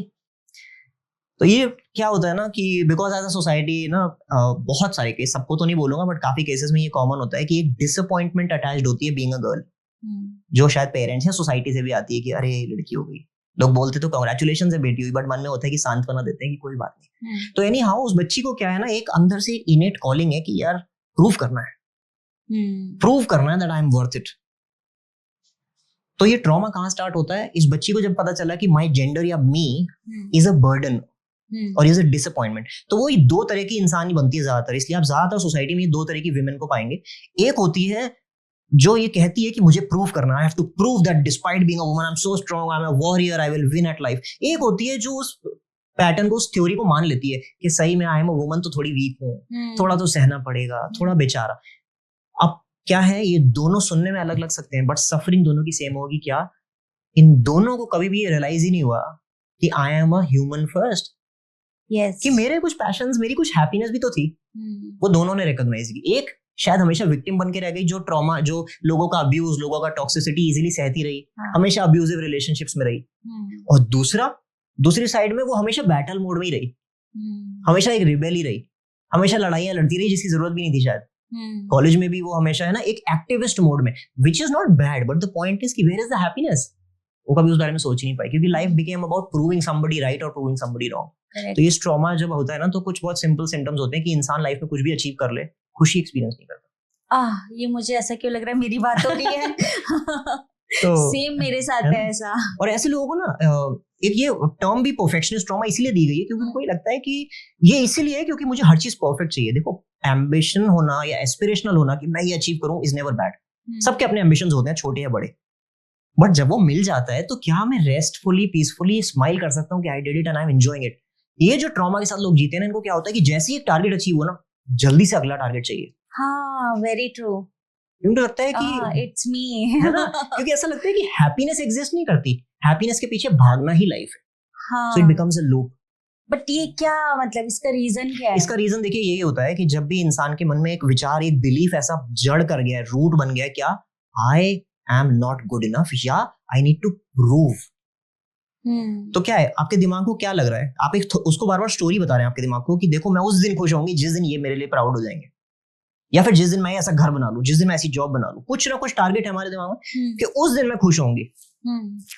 बचपन में शायद था कि मैं जब टॉप कर लूं तो खुश होंगी। तो मेरे दिमाग को ये यकीन होने लगा कि actually happiness does not exist. खुशी जैसी कोई चीज नहीं है। खुशी इन इफ स्टेटमेंट में ही अचीव जिंदगी में रहती है। इफ स्टेटमेंट मतलब क्या, अगर मैं जीत जाऊं, अगर मैं टॉप कर दूं तो मैं खुश। तो अब क्या हुआ, जैसे ही वो टॉप किया तो दिमाग ने कहा अरे अभी तो ये तो हो गया, अभी कहां से आएगी खुशी। तो नई इफ स्टेटमेंट क्रिएट की। देखो टॉप तो कर लिया, ठीक है, बट कॉलेज मिल रहा अपनी चॉइस का कि नहीं, कॉलेज मिल गया चॉइस का, फिर जॉब मिल गई तो पार्टनर, क्या है, टारगेट बेस्ड लाइफ होगी। जैसे एक ना सेल्स रोल है, permanent sales role, very true, जिसमें सेलिब्रेशन इज नो। और इन लोग के साथ अगर I am not saying it is you, क्योंकि ये जानने के लिए थोड़ा समय और काम करने की जरूरत होती है, बट जब ये होता है तो इसके साथ कहीं ना कहीं कुछ पैटर्न्स अटैच्ड होते हैं। काफी वीमेन में इसी कॉज की वजह से ये constant chase, constant inner turmoil, चाहे वो विक्टिम माने चाहे वॉरियर माने, जो इतना टर्मोइल है ना अंदर, हमेशा नेवर रेस्ट, उसकी वजह से काफी वीमेन में इसकी वजह से हार्मोनल इश्यूज आते हैं, जैसे पीसीओडी, पीसीओएस, या फिर joint related issues. Joint related जैसे आर्थराइटिस, बैक एक्स, ये इश्यूज बहुत कॉमन है जो इमोशन से ही राइज करते हैं, but we don't recognise and talk about it often. Touchwood, अभी तक मुझ में ऐसा तो कुछ नहीं है, लेकिन ये जो आपने पैटर्न बोला है ना, मैं इससे बहुत ज्यादा रिलेट कर पा रही हूँ, बिकॉज ये मेरे साथ है। मैं ना लाइफ टाइम, मुझे ऐसा लगता है मैं मैं टारगेट्स के लिए भाग रही होती हूँ, और जब मैं वो अचीव कर लेती हूँ ना, मैं रुकती नहीं हूँ वहां पे। जैसे एक होता है ना कि तुम सेलिब्रेट कर रहे हो, खुश हो रहे हो बहुत कि वाओ, मतलब वी आर अचीविंग समथिंग, मेरे को फील नहीं होता, मुझे लगता है तो हो गया ना, नेक्स्ट क्या। अब मैं जो पैटर्न, मतलब जो चीज अचीव कर रही हूँ, अगर वो कोई दूसरा भी अचीव कर रहा है ना, तो मुझे वो बड़ी बात नहीं लगती। हो सकता है वो उसके लिए बड़ी हो, और वो सेलिब्रेट कर रहा है, तो मुझे लगता है क्या, मतलब ये तो हो गया ना, तो तुम सेलिब्रेट क्यों कर रहे हो इस पे। तो ये है, मतलब ये मेरे को अभी फील हो रहा है। तो मैं ये पॉडकास्ट के बाद आपके साथ थोड़ी देर बैठूंगी। डेफिनेटली है ना। काफी अच्छी आपने बात बताई।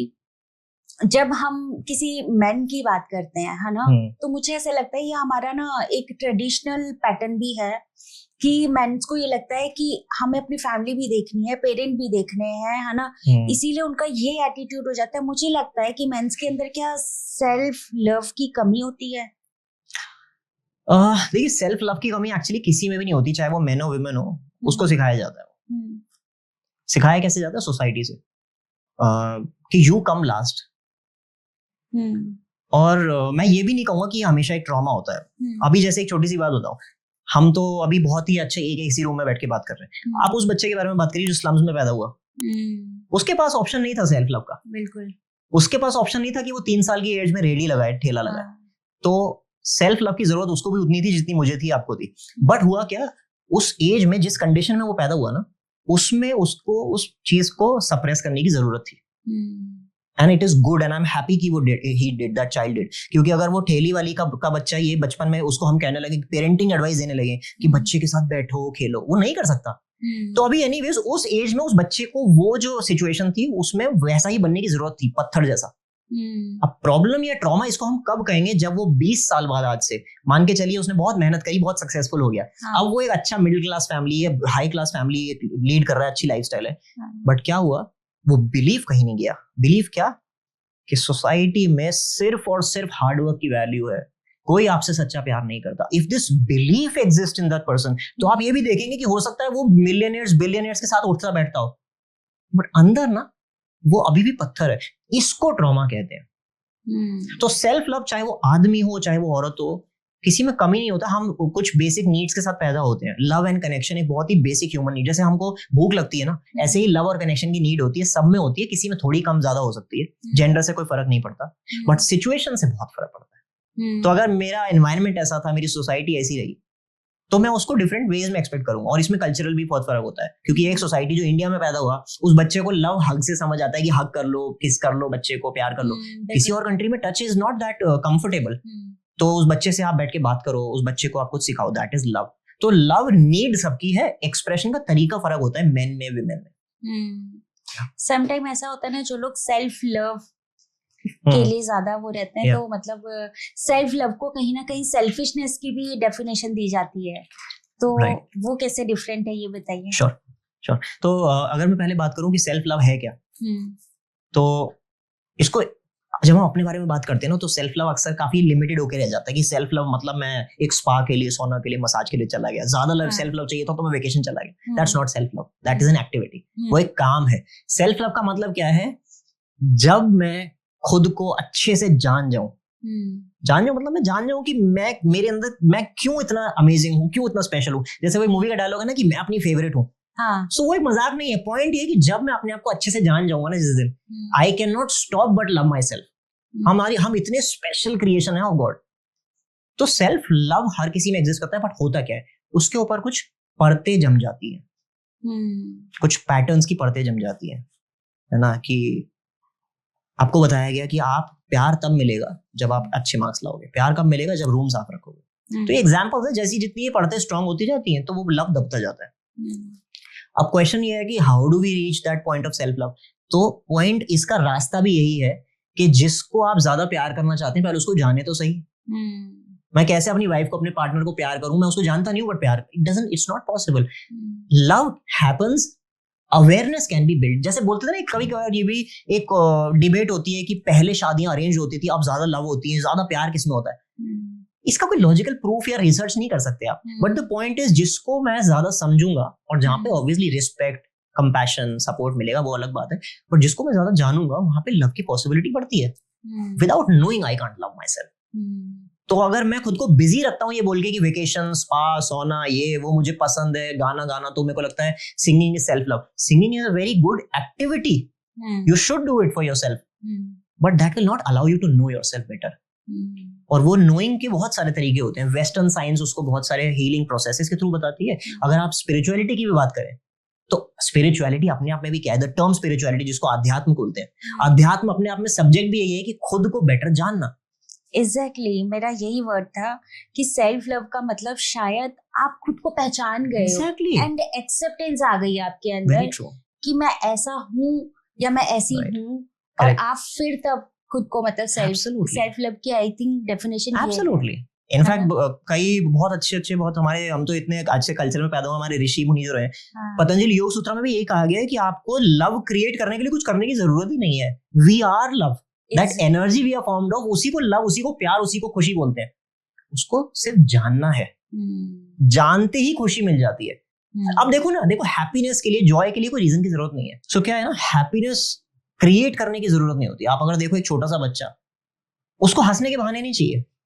सो हम जब पैदा होते हैं, हमारा natural state is that of happiness and Joy. एक बच्चा दिन में हजारों बार स्माइल करता है फॉर नो रीजन. तो इंसान को खुश होने के बहाने नहीं चाहिए होते, ना खुश होने के बहाने चाहिए होते. We need reasons to not be happy. होता क्या है, उन इंस्टेंसेस की लाइफ में रीजंस बढ़ जाते हैं. तभी आप देखोगे कि एक बच्चा जब बचपन में अगर 10,000 बार स्माइल करता है, तो हम बड़े होकर शायद एक पूरे दिन में मुश्किल से 10 बार भी स्माइल नहीं करते. करेक्ट. तो सेल्फ लव का मतलब क्या है?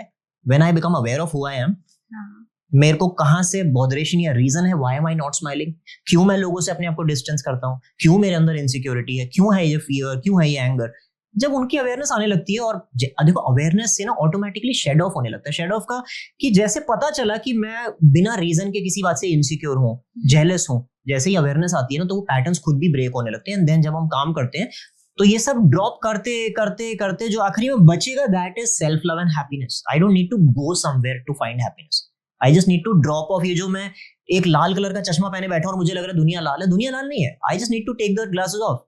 तो इनसिक्योरिटी हटी, जेलसी हटी, और ये unhealthy emotions, patterns, negative beliefs हटे. What is left is self love.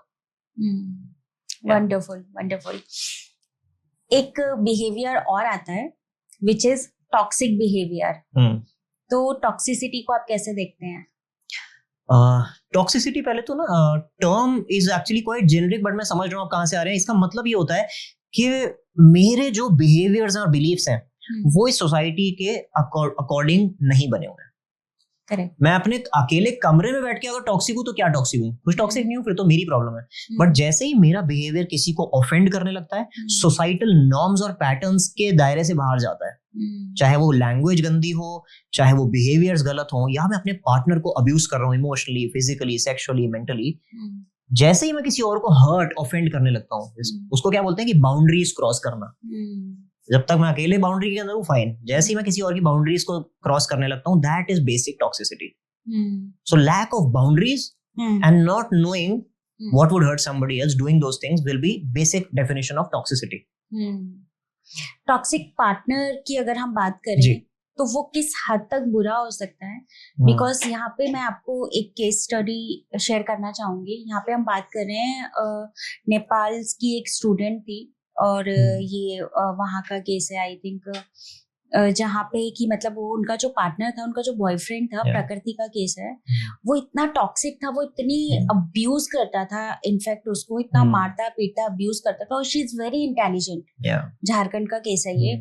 She is very intelligent in study, but ultimately उसने लाइफ में फिर सुसाइड को चुना. मतलब इस हद तक वो टॉक्सिसिटी उनके लिए हार्मफुल हो गई थी. तो ये किस टाइप का पैटर्न है कि वो सामने वाले उसके बॉयफ्रेंड को, उस इंसान को समझ ही नहीं आ रहा है कि मैं किसी को किस हद तक बॉदर कर रहा हूँ. Sure. So and you are very right कि इसकी जब लिमिट्स क्रॉस हो जाती हैं तो कई बार इतने ड्रास्टिक स्टेप्स ले लेते हैं जो बहुत समझदार सुलझे हुए लोग होते हैं वो भी.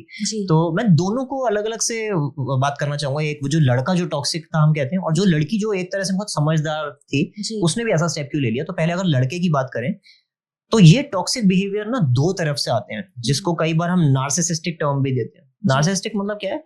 डेफिनेशन तो थ्योरेटिकल बहुत बड़ी है. नार्सिसिस्टिक सिंपल वर्ड्स में क्या है कि I exist for myself. मेरी life is all about me. तो मेरे आसपास चाहे वो लोग हो, चाहे वो रिसोर्सेज हो, वो सब मेरी पूर्ति करने के लिए. It is for my enjoyment. तो इस तरह के लोग ना दो तरह के एनवायरनमेंट से आते हैं। या तो उनकी बेसिक नीड्स बिल्कुल भी मीट नहीं हुई थी बचपन में, बचपन मतलब ओवरऑल उनकी जो लाइफ आज तक है, जैसे क्या कि छोटा बच्चा है, वो घर में अकेला पड़ा हुआ है, वो रो रहा है, कोई खाना देने को नहीं है, वो अकेला बैठा है। सो बेसिक नीड्स जो होती है ना ह्यूमन चाइल्ड की, love, compassion, support, emotional validity, ये जो बेसिक नीड्स है, खेलने के लिए जगह, प्यार, किसी का प्यार भरे शब्द, जब वो बिल्कुल नहीं मिले, एक्सट्रीम लैक ऑफ इट, तो क्या होता है, बच्चे को ये हो जाता है कि मेरे को कोई देने वाला कुछ नहीं है, I have to snatch it from the society somehow. तो क्या हो जाता है, ये पैटर्न बन जाता है कि मैं कहीं भी जाऊं, अभी मेरे को ध्यान रखना है कि मेरे को वो मिल रहा है जो मेरे को चाहिए। तो या तो इस पैटर्न से आता है, रीजन रूट कॉज से आता है कि मुझे कुछ भी नहीं मिला जो चाहिए था, एक्सेस लैक, और कई बार एकदम ऑपोजिट से भी आता है, जब सब कुछ इतना ओवर मिला, एक्सेसिव मिला ना, कि जैसे ही प्यार चाहिए था ओवर मिला। और मेरे माँ बाप ने, मेरे एनवायरनमेंट ने, मेरे बड़ों ने मेरे को हमेशा बताया कि जो भी है हमारे पास सब तेरा है, तेरे को कहने की जरूरत नहीं, तेरे को हाथ भी उठाने की जरूरत नहीं, सब तेरे को थाली में परसा हुआ मिलेगा।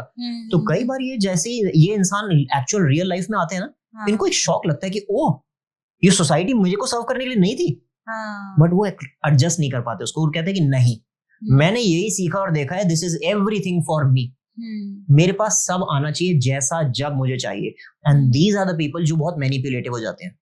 ये किसी को या तो प्यार से अपने कब्जे में करेंगे, या घुमा फिरा के टेढ़ी बातों से करेंगे, या किसी तरह के फेवर्स देके, चाहे पैसा देके, चाहे सेक्सुअल फेवर्स देके, कुछ भी करके दे विल एंश्योर दैट लोग इनके कब्जे में आ जाए। तो ये टॉक्सिक बिहेवियर जनरली वहीं से आते हैं जहां पे इधर देयर एक्सेस लैक और अननेसेसरी ओवर फीडिंग। तो इस इंसान का बिलीफ कोर ये बन जाता है that this is all about me. Societal parameters की कोई लिमिट्स रह नहीं जाती उनके मन में, लगता है कि इट्स ऑल अबाउट मी, जो चाहिए, जब चाहिए, जैसा चाहिए। बट इनके लिए इनको झूठ और मैनिपुलेशन बहुत यूज करना पड़ता है। इसलिए यू विल नोटिस कि ज्यादातर हमेशा ये नीड्स एक इंसान से एक बार में मीट करते हैं।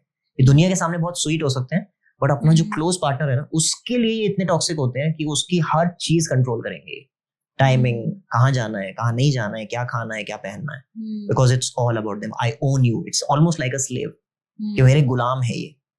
बट इस केस में काफी टाइम ऐसा होता है जो पार्टनर है ना, वो छोड़ भी नहीं पा रहा है, हाँ, टॉक्सिक पार्टनर को वो छोड़ नहीं पा रहा है। Now that is very important कि मान के चलते हैं ये इंसान टॉक्सिक भी था, नार्सिसिस्ट था, बट ऐसा क्यों कि एक समझदार पढ़ी लिखी लड़की या लड़का भी क्यों इनके काबू में आ जाते हैं? तो पहली बात तो ये कि टॉक्सिक लोग बहुत इंटेलिजेंट होते हैं ये पहचानने में कि मैं किसको अपना ट्रैप में ला सकता हूँ, किसको मैं फंसा सकता हूँ, किसको नहीं। तो they will always pick on a certain type of people, ये जानना बहुत जरूरी है।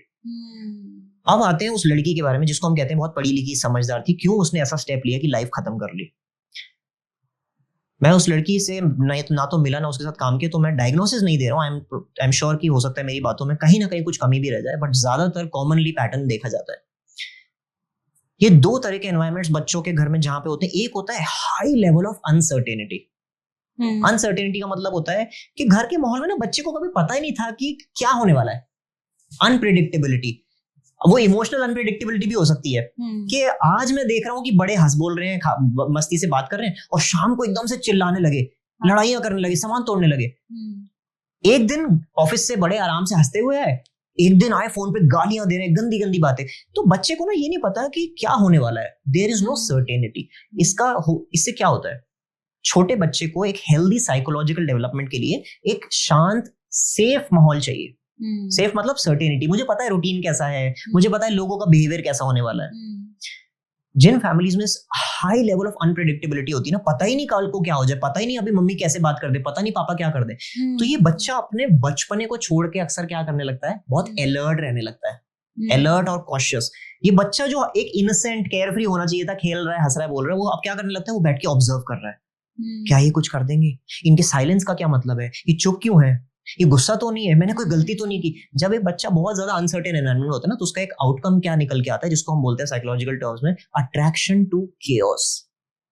अट्रैक्शन टू केओस का ये मतलब होता है इस बच्चे को ये माहौल पसंद नहीं आ रहा है, बट क्योंकि उसने अपना बचपन इसी एनवायरनमेंट में पला बड़ा है, उसको केओस नॉर्मल लगता है।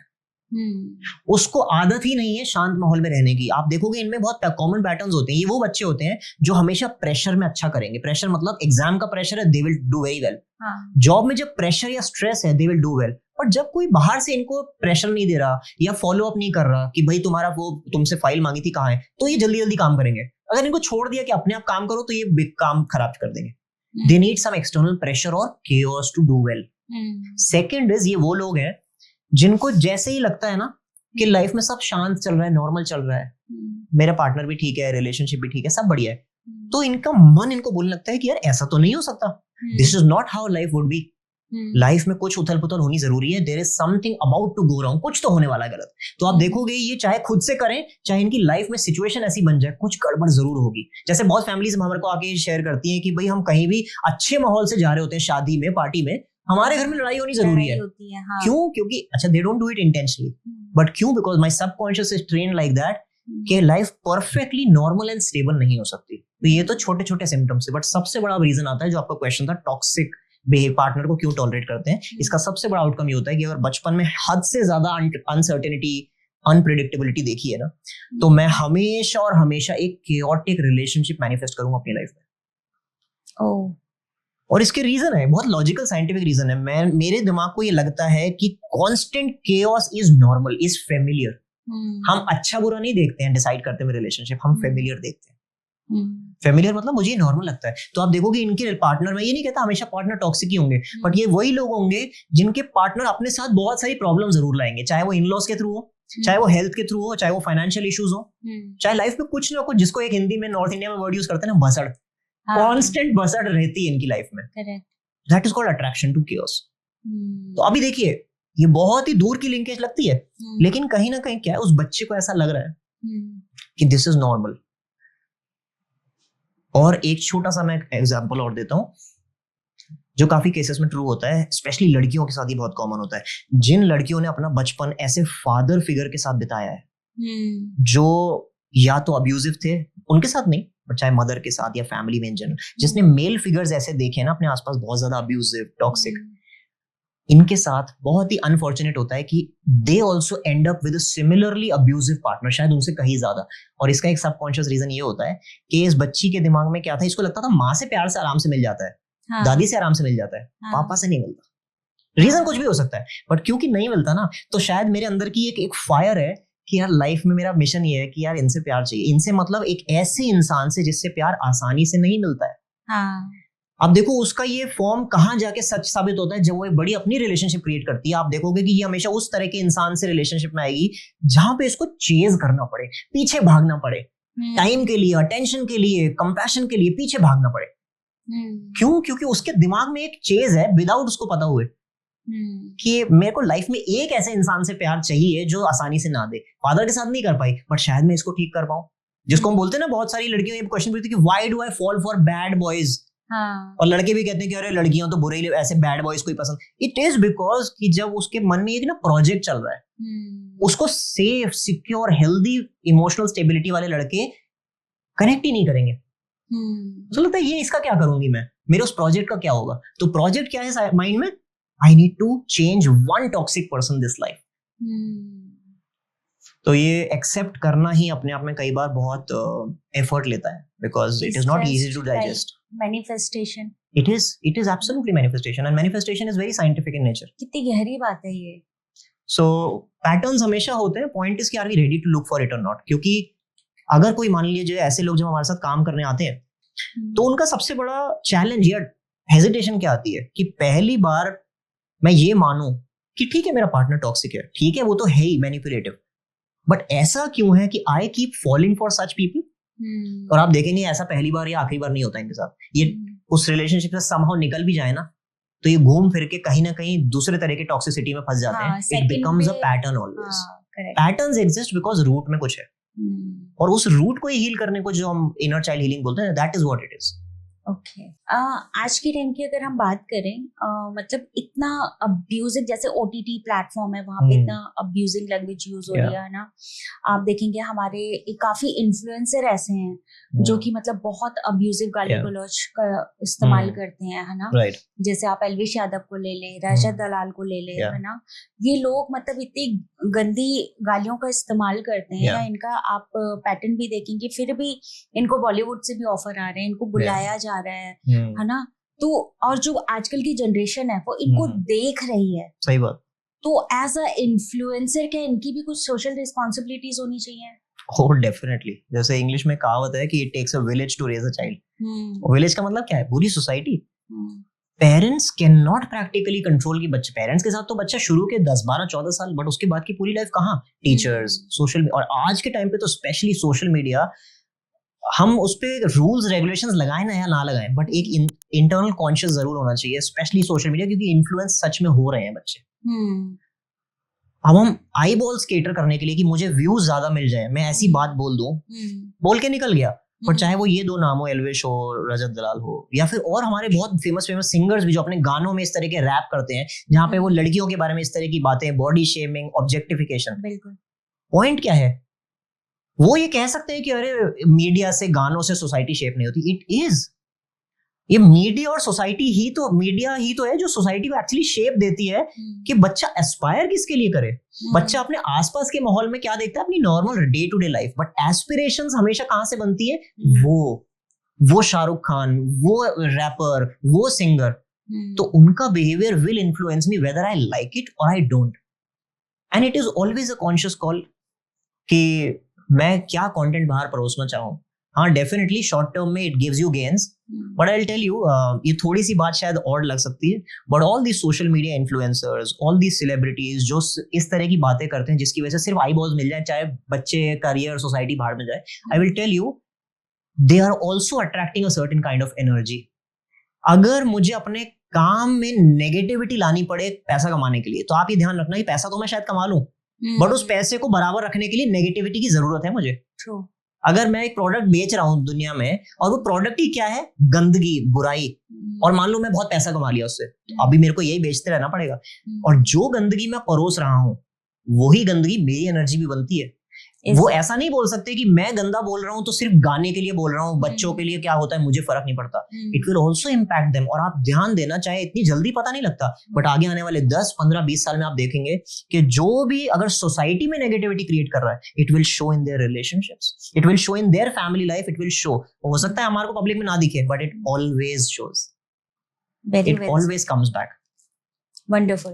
क्योंकि आजकल के बच्चे ऐसे इन्फ्लुएंसर को फॉलो करते हैं, और मैंने छोटे छोटे बच्चों के मुंह से ना उनको इतना फैसिनेटिंग लगने लग गया है अब्यूजिंग लैंग्वेज कि हम गाली दें तो शायद हम बहुत कूल बनेंगे, या हम बहुत कूल लगेंगे. तो ये बहुत अच्छी बात आपने कही कि कहीं ना कहीं हम अपनी ही एनर्जी को ब्रेक डाउन कर रहे हैं और खराब कर रहे हैं. Very true.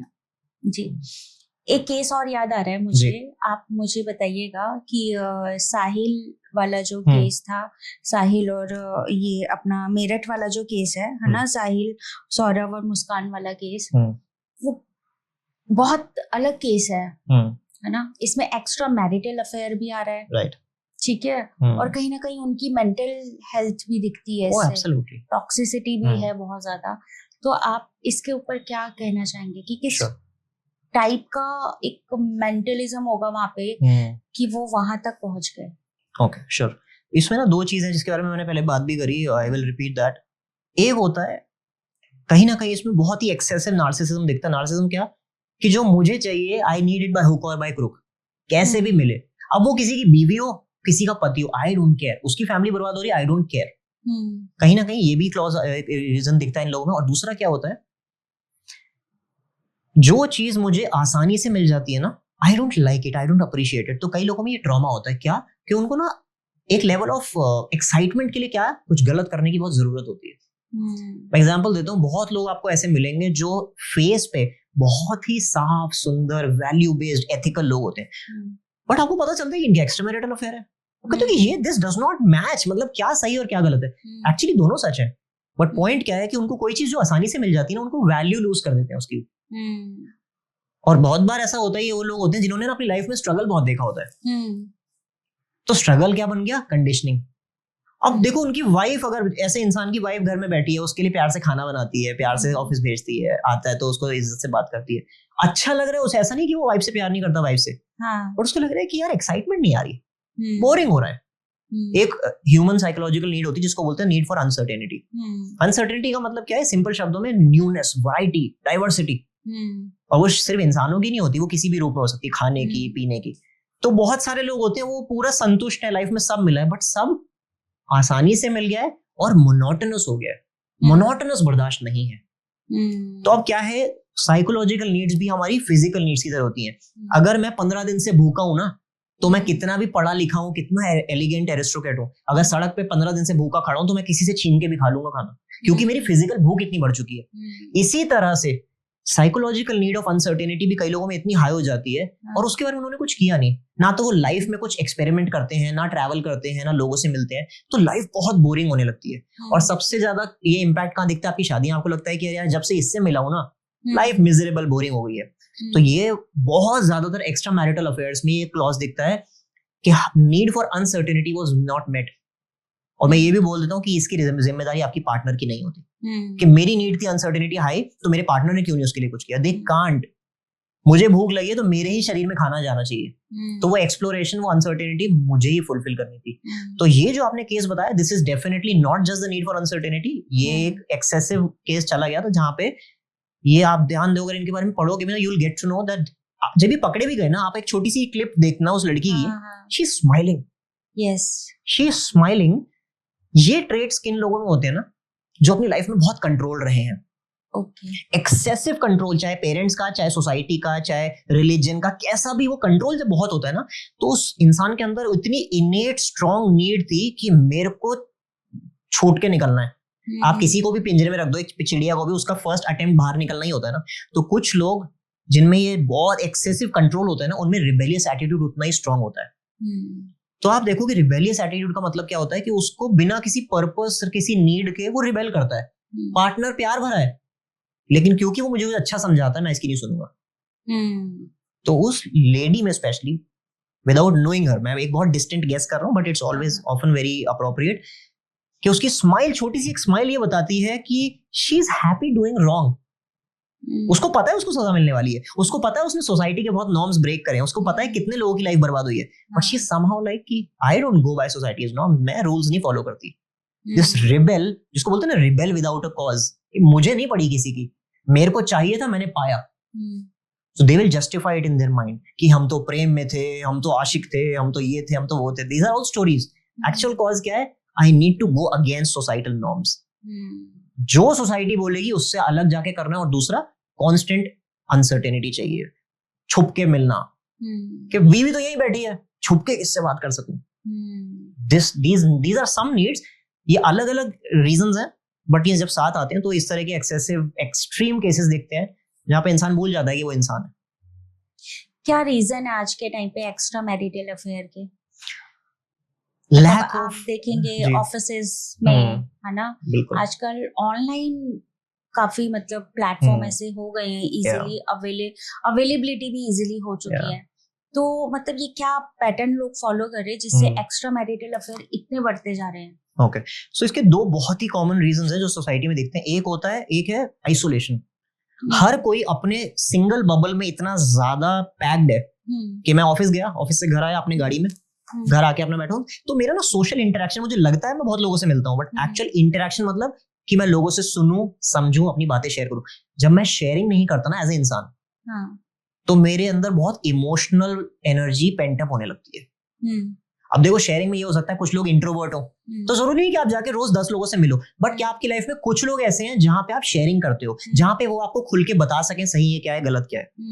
तो एक तो क्या है आइसोलेशन, जब मैं अपने ही बबल में हूं ना, तो ये सही गलत के नॉर्म्स मुझे खत्म हो जाते हैं। मुझे लगता है कि लोगों को जस्ट दिख रहा है उतना अच्छा होना चाहिए, बाकी मैं अपनी पसंद के लिए करूँ। एक तो ये, और दूसरा बहुत इंपॉर्टेंट है short term gratification, quick needs. देखो आप अगर लाइफ भी नोटिस करो, आजकल हर चीज बहुत क्विक है। खाना चाहिए, ब्लिंकिट करो, जोमैटो कर लो, ग्रोसरी चाहिए, ब्लिंकिट करो, जेप्टो करो, कुछ सामान भेजना, ये इतने एप्स है, एवरीथिंग इज सो शॉर्ट।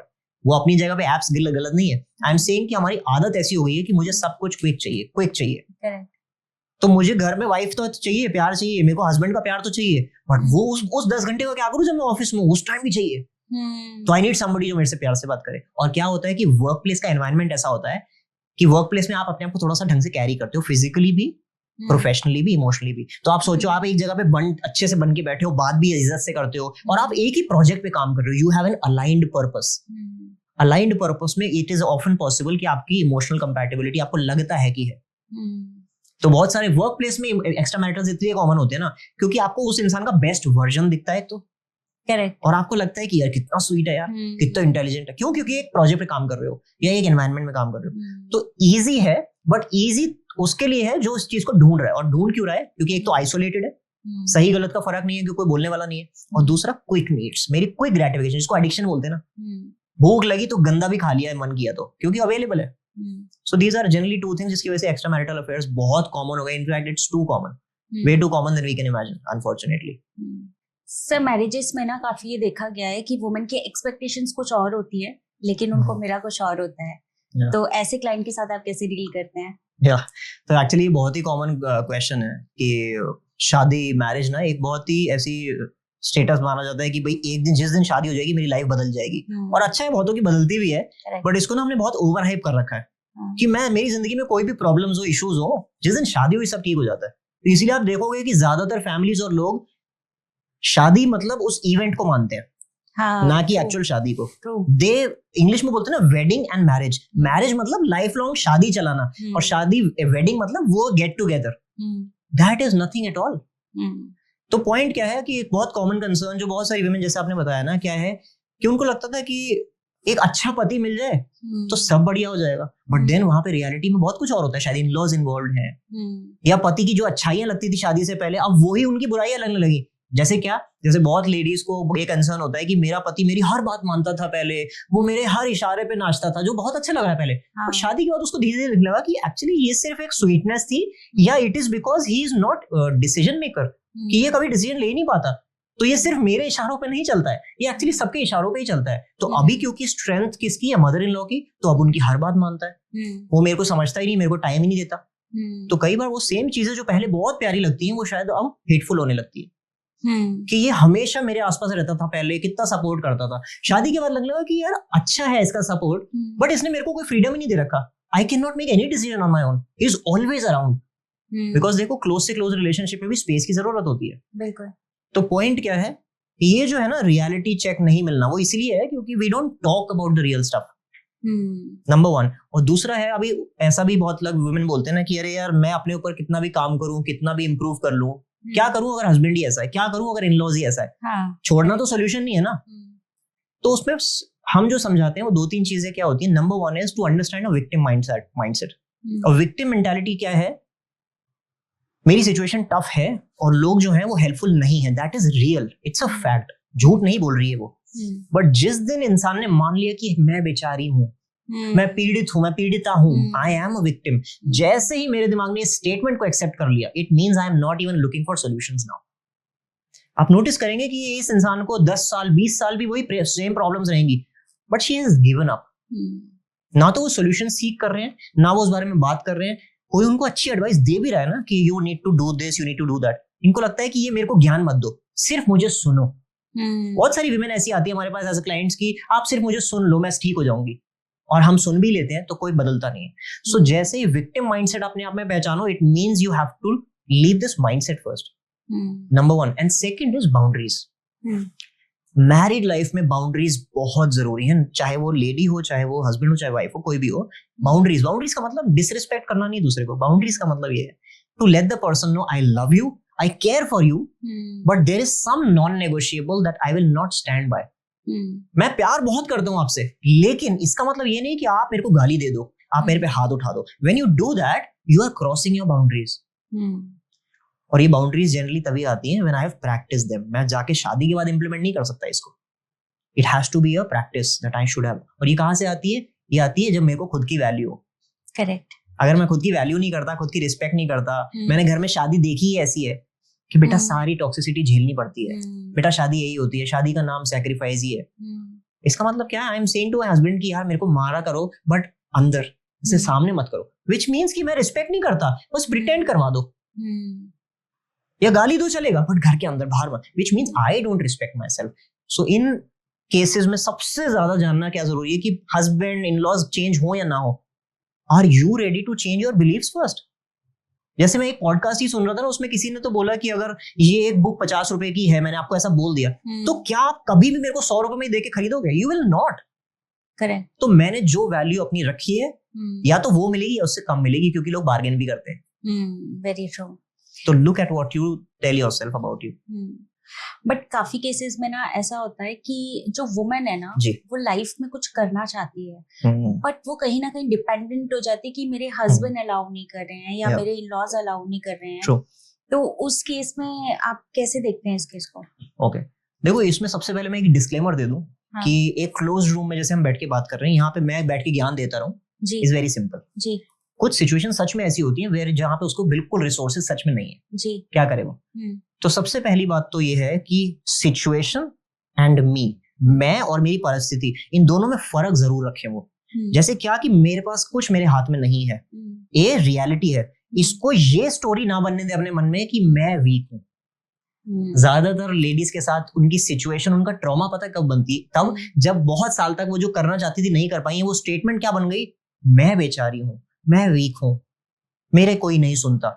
तो सिचुएशन उतना हार्म नहीं करती जितना वो। Exactly. A lot of women face this.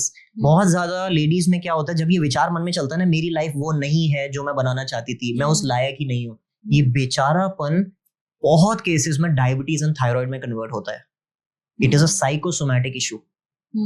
तो सिचुएशन शायद आप राइट अवे चेंज ना कर सको, बट ये जरूर ध्यान दें कि you are spending enough time and efforts on yourself. खुद पे आप उतना काम तो जरूर करें कि आपके जो विचार है, खुद के लिए बिलीफ्स है ना, वो नेगेटिव नहीं हो रहे। अगर जिस दिन वो कड़वे हो गए ना, तो आप अपने लिए, अपनी सास, अपने पति से ज्यादा टॉक्सिक हो चुके हैं। तो ये ध्यान रखना बहुत जरूरी है। एंड देन अगेन स्टेप्स छोटे भी हो सकते हैं। आई विल नॉट से कि आप लाइफ में ये कर दो वो कर दो, जितनी आपकी रिसोर्सेज हैं, धीरे धीरे छोटे स्टेप जरूर लें। और अगर खासतौर पे ऐसे लेडीज के साथ सिचुएशन में बच्चे भी हैं, तो प्लीज उनको जरूर बताएं कि मैं नहीं कर पा रही बिकॉज कुछ कमी है, बट ये सही नहीं है।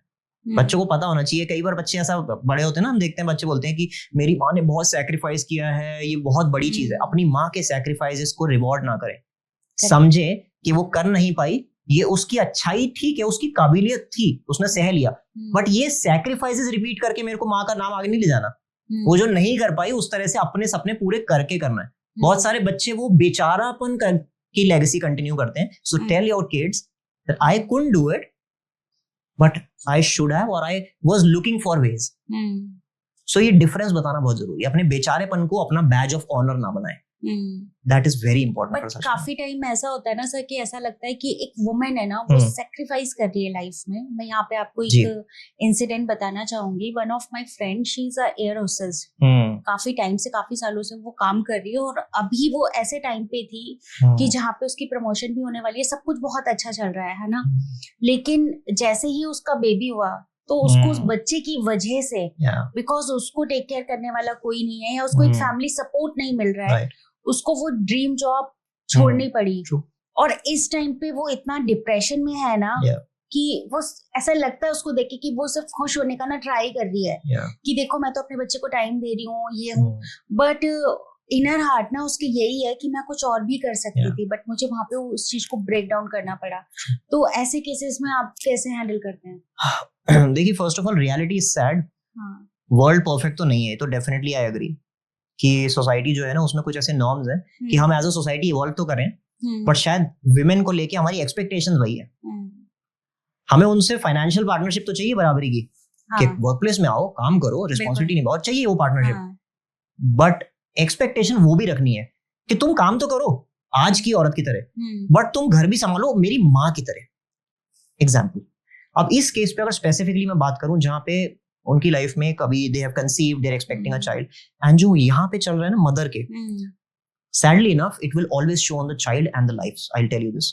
जो हमारे कल्चर में उसको गर्भ संस्कार बोलते हैं, वेस्टर्न कॉन्सेप्ट में वूम्ब हीलिंग बोलते हैं। वो ये कहता है कि जैसे ही बच्चा कंसीव हो जाता है ना माँ के पेट में, वो तब से लेकर बुढ़ापे तक उसके कुछ न्यूरल पैटर्न्स बन जाते हैं लाइफ में। अगर माँ के मन में ये बार बार विचार आ रहा है कि जब से ये न्यूज आई है ना, तब से मेरी लाइफ थोड़ी सैड हो गई है, मिजरेबल हो गई है, वो बच्चे को नहीं बोल रही बुरा, बच्चे को प्यार करती है, पर बोल रही कि इसकी वजह से। तो आप ध्यान देंगे, ये बच्चे अक्सर जब बड़े होते हैं ना, तो इनकी लाइफ में एक पैटर्न दिखता है कि ये बच्चे गिल्ट, ब्लेम को बहुत इजीली एक्सेप्ट करते हैं। इनके एनवायरनमेंट में जैसे ही कुछ गलत होता है, कुछ गड़बड़ होने लगती है, इनके सडनली एक थॉट आता है कि यार मेरी वजह से किसी को प्रॉब्लम तो नहीं हो रही, मैं बर्डन तो नहीं बन रहा।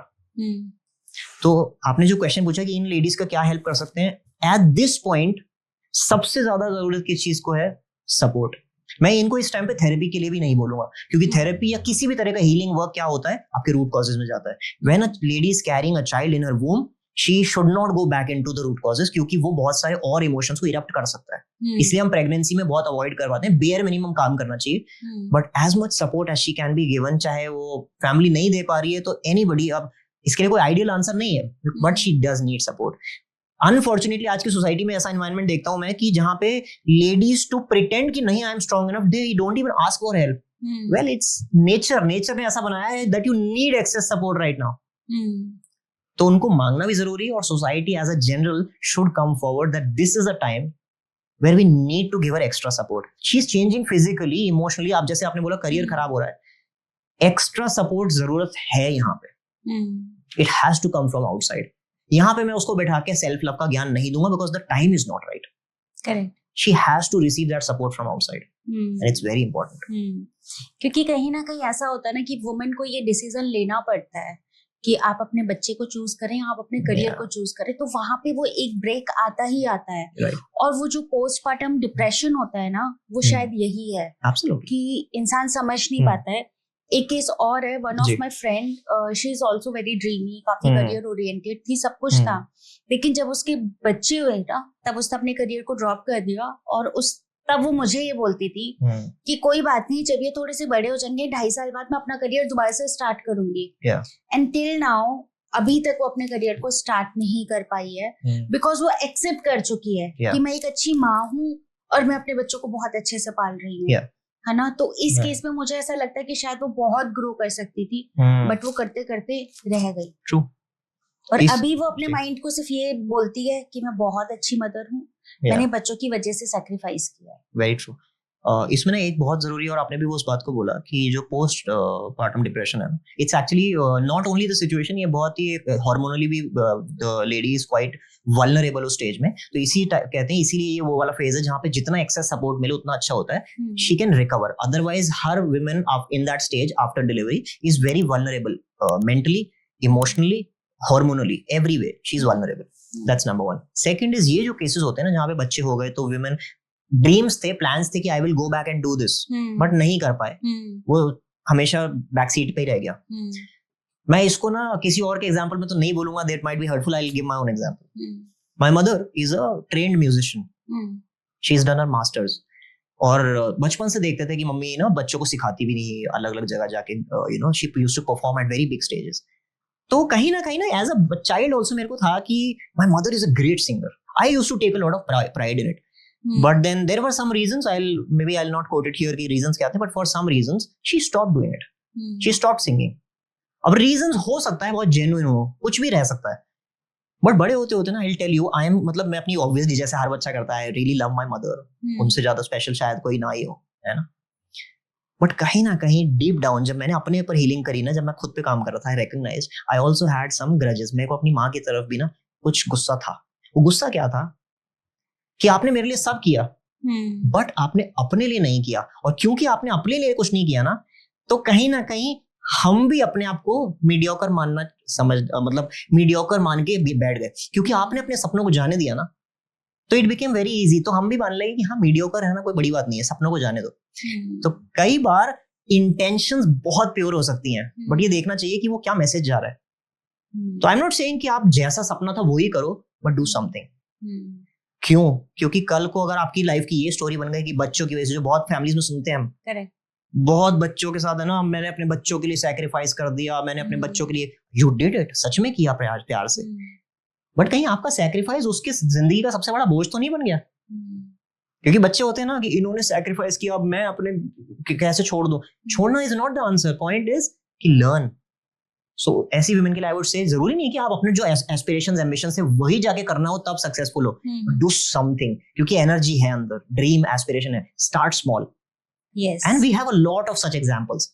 अच्छी बात ये आजकल सोशल मीडिया, डिजिटल एनवायरनमेंट की वजह से a lot can be done from the close walls of the house. But जब एक छोटा 3 साल का बच्चा भी देखेगा ना कि मेरी माँ कम रिसोर्सेज में भी अपना बेस्ट दे रही है, that will teach the child कि resources are not a big deal. जहां से स्टार्ट करो कर सकते हो, because she did it. Wonderful. So become your child strength, not a weakness. Wonderful. अभी सर हमारा एक rapid fire round start Sure. कर रहे हैं हम, आपको बहुत क्विकली आंसर Sure. करना है, ठीक है? Sure. ऐसी एक टॉक्सिक सोच जो आप चाहते हो कि सब लोग अपने सिस्टम से अनइंस्टॉल कर दें। कि कोई परफेक्ट इंसान आके मेरी लाइफ बेटर कर देगा। Yes, very true. खुशी एक ऐसी चॉइस है, मतलब खुशी जो है उसको डिफाइन कर रहे हैं हम। खुशी एक चॉइस और एक practice. I would say it's a practice. It has to be achieved. Yes. Okay. ऐसी एक इमोशनल हैबिट जिसने आपकी लाइफ बदल दी। Being in silence with myself. Self awareness पहले आनी चाहिए या सेल्फ लव? Self awareness. उसके बिना सेल्फ लव एग्जिस्ट नहीं करता। चाइल्डहुड का जख्म या रिलेशनशिप का ट्रॉमा किसी हील करने में ज्यादा मुश्किल होती है? हील करने में कोई मुश्किल नहीं होती, अवेयरनेस और एक्सेप्टेंस आने में चाइल्डहुड ट्रॉमा ज्यादा डिफिकल्ट होता है। करंट सिचुएशन आसानी से पहचान में आ जाती है, पुराने जो रूट होते हैं वो आसानी से पहचान में नहीं आते। Very well. बहुत आपके साथ बात करके बहुत अच्छा लगा। It was a wonderful experience with you. I hope आपको भी उतना ही अच्छा लगा होगा। Absolutely. Thanks for coming here and thanks for joining. Thank you so much Thank for you so having me. much. Thank you for having me. It was a pleasure. Thank you so much.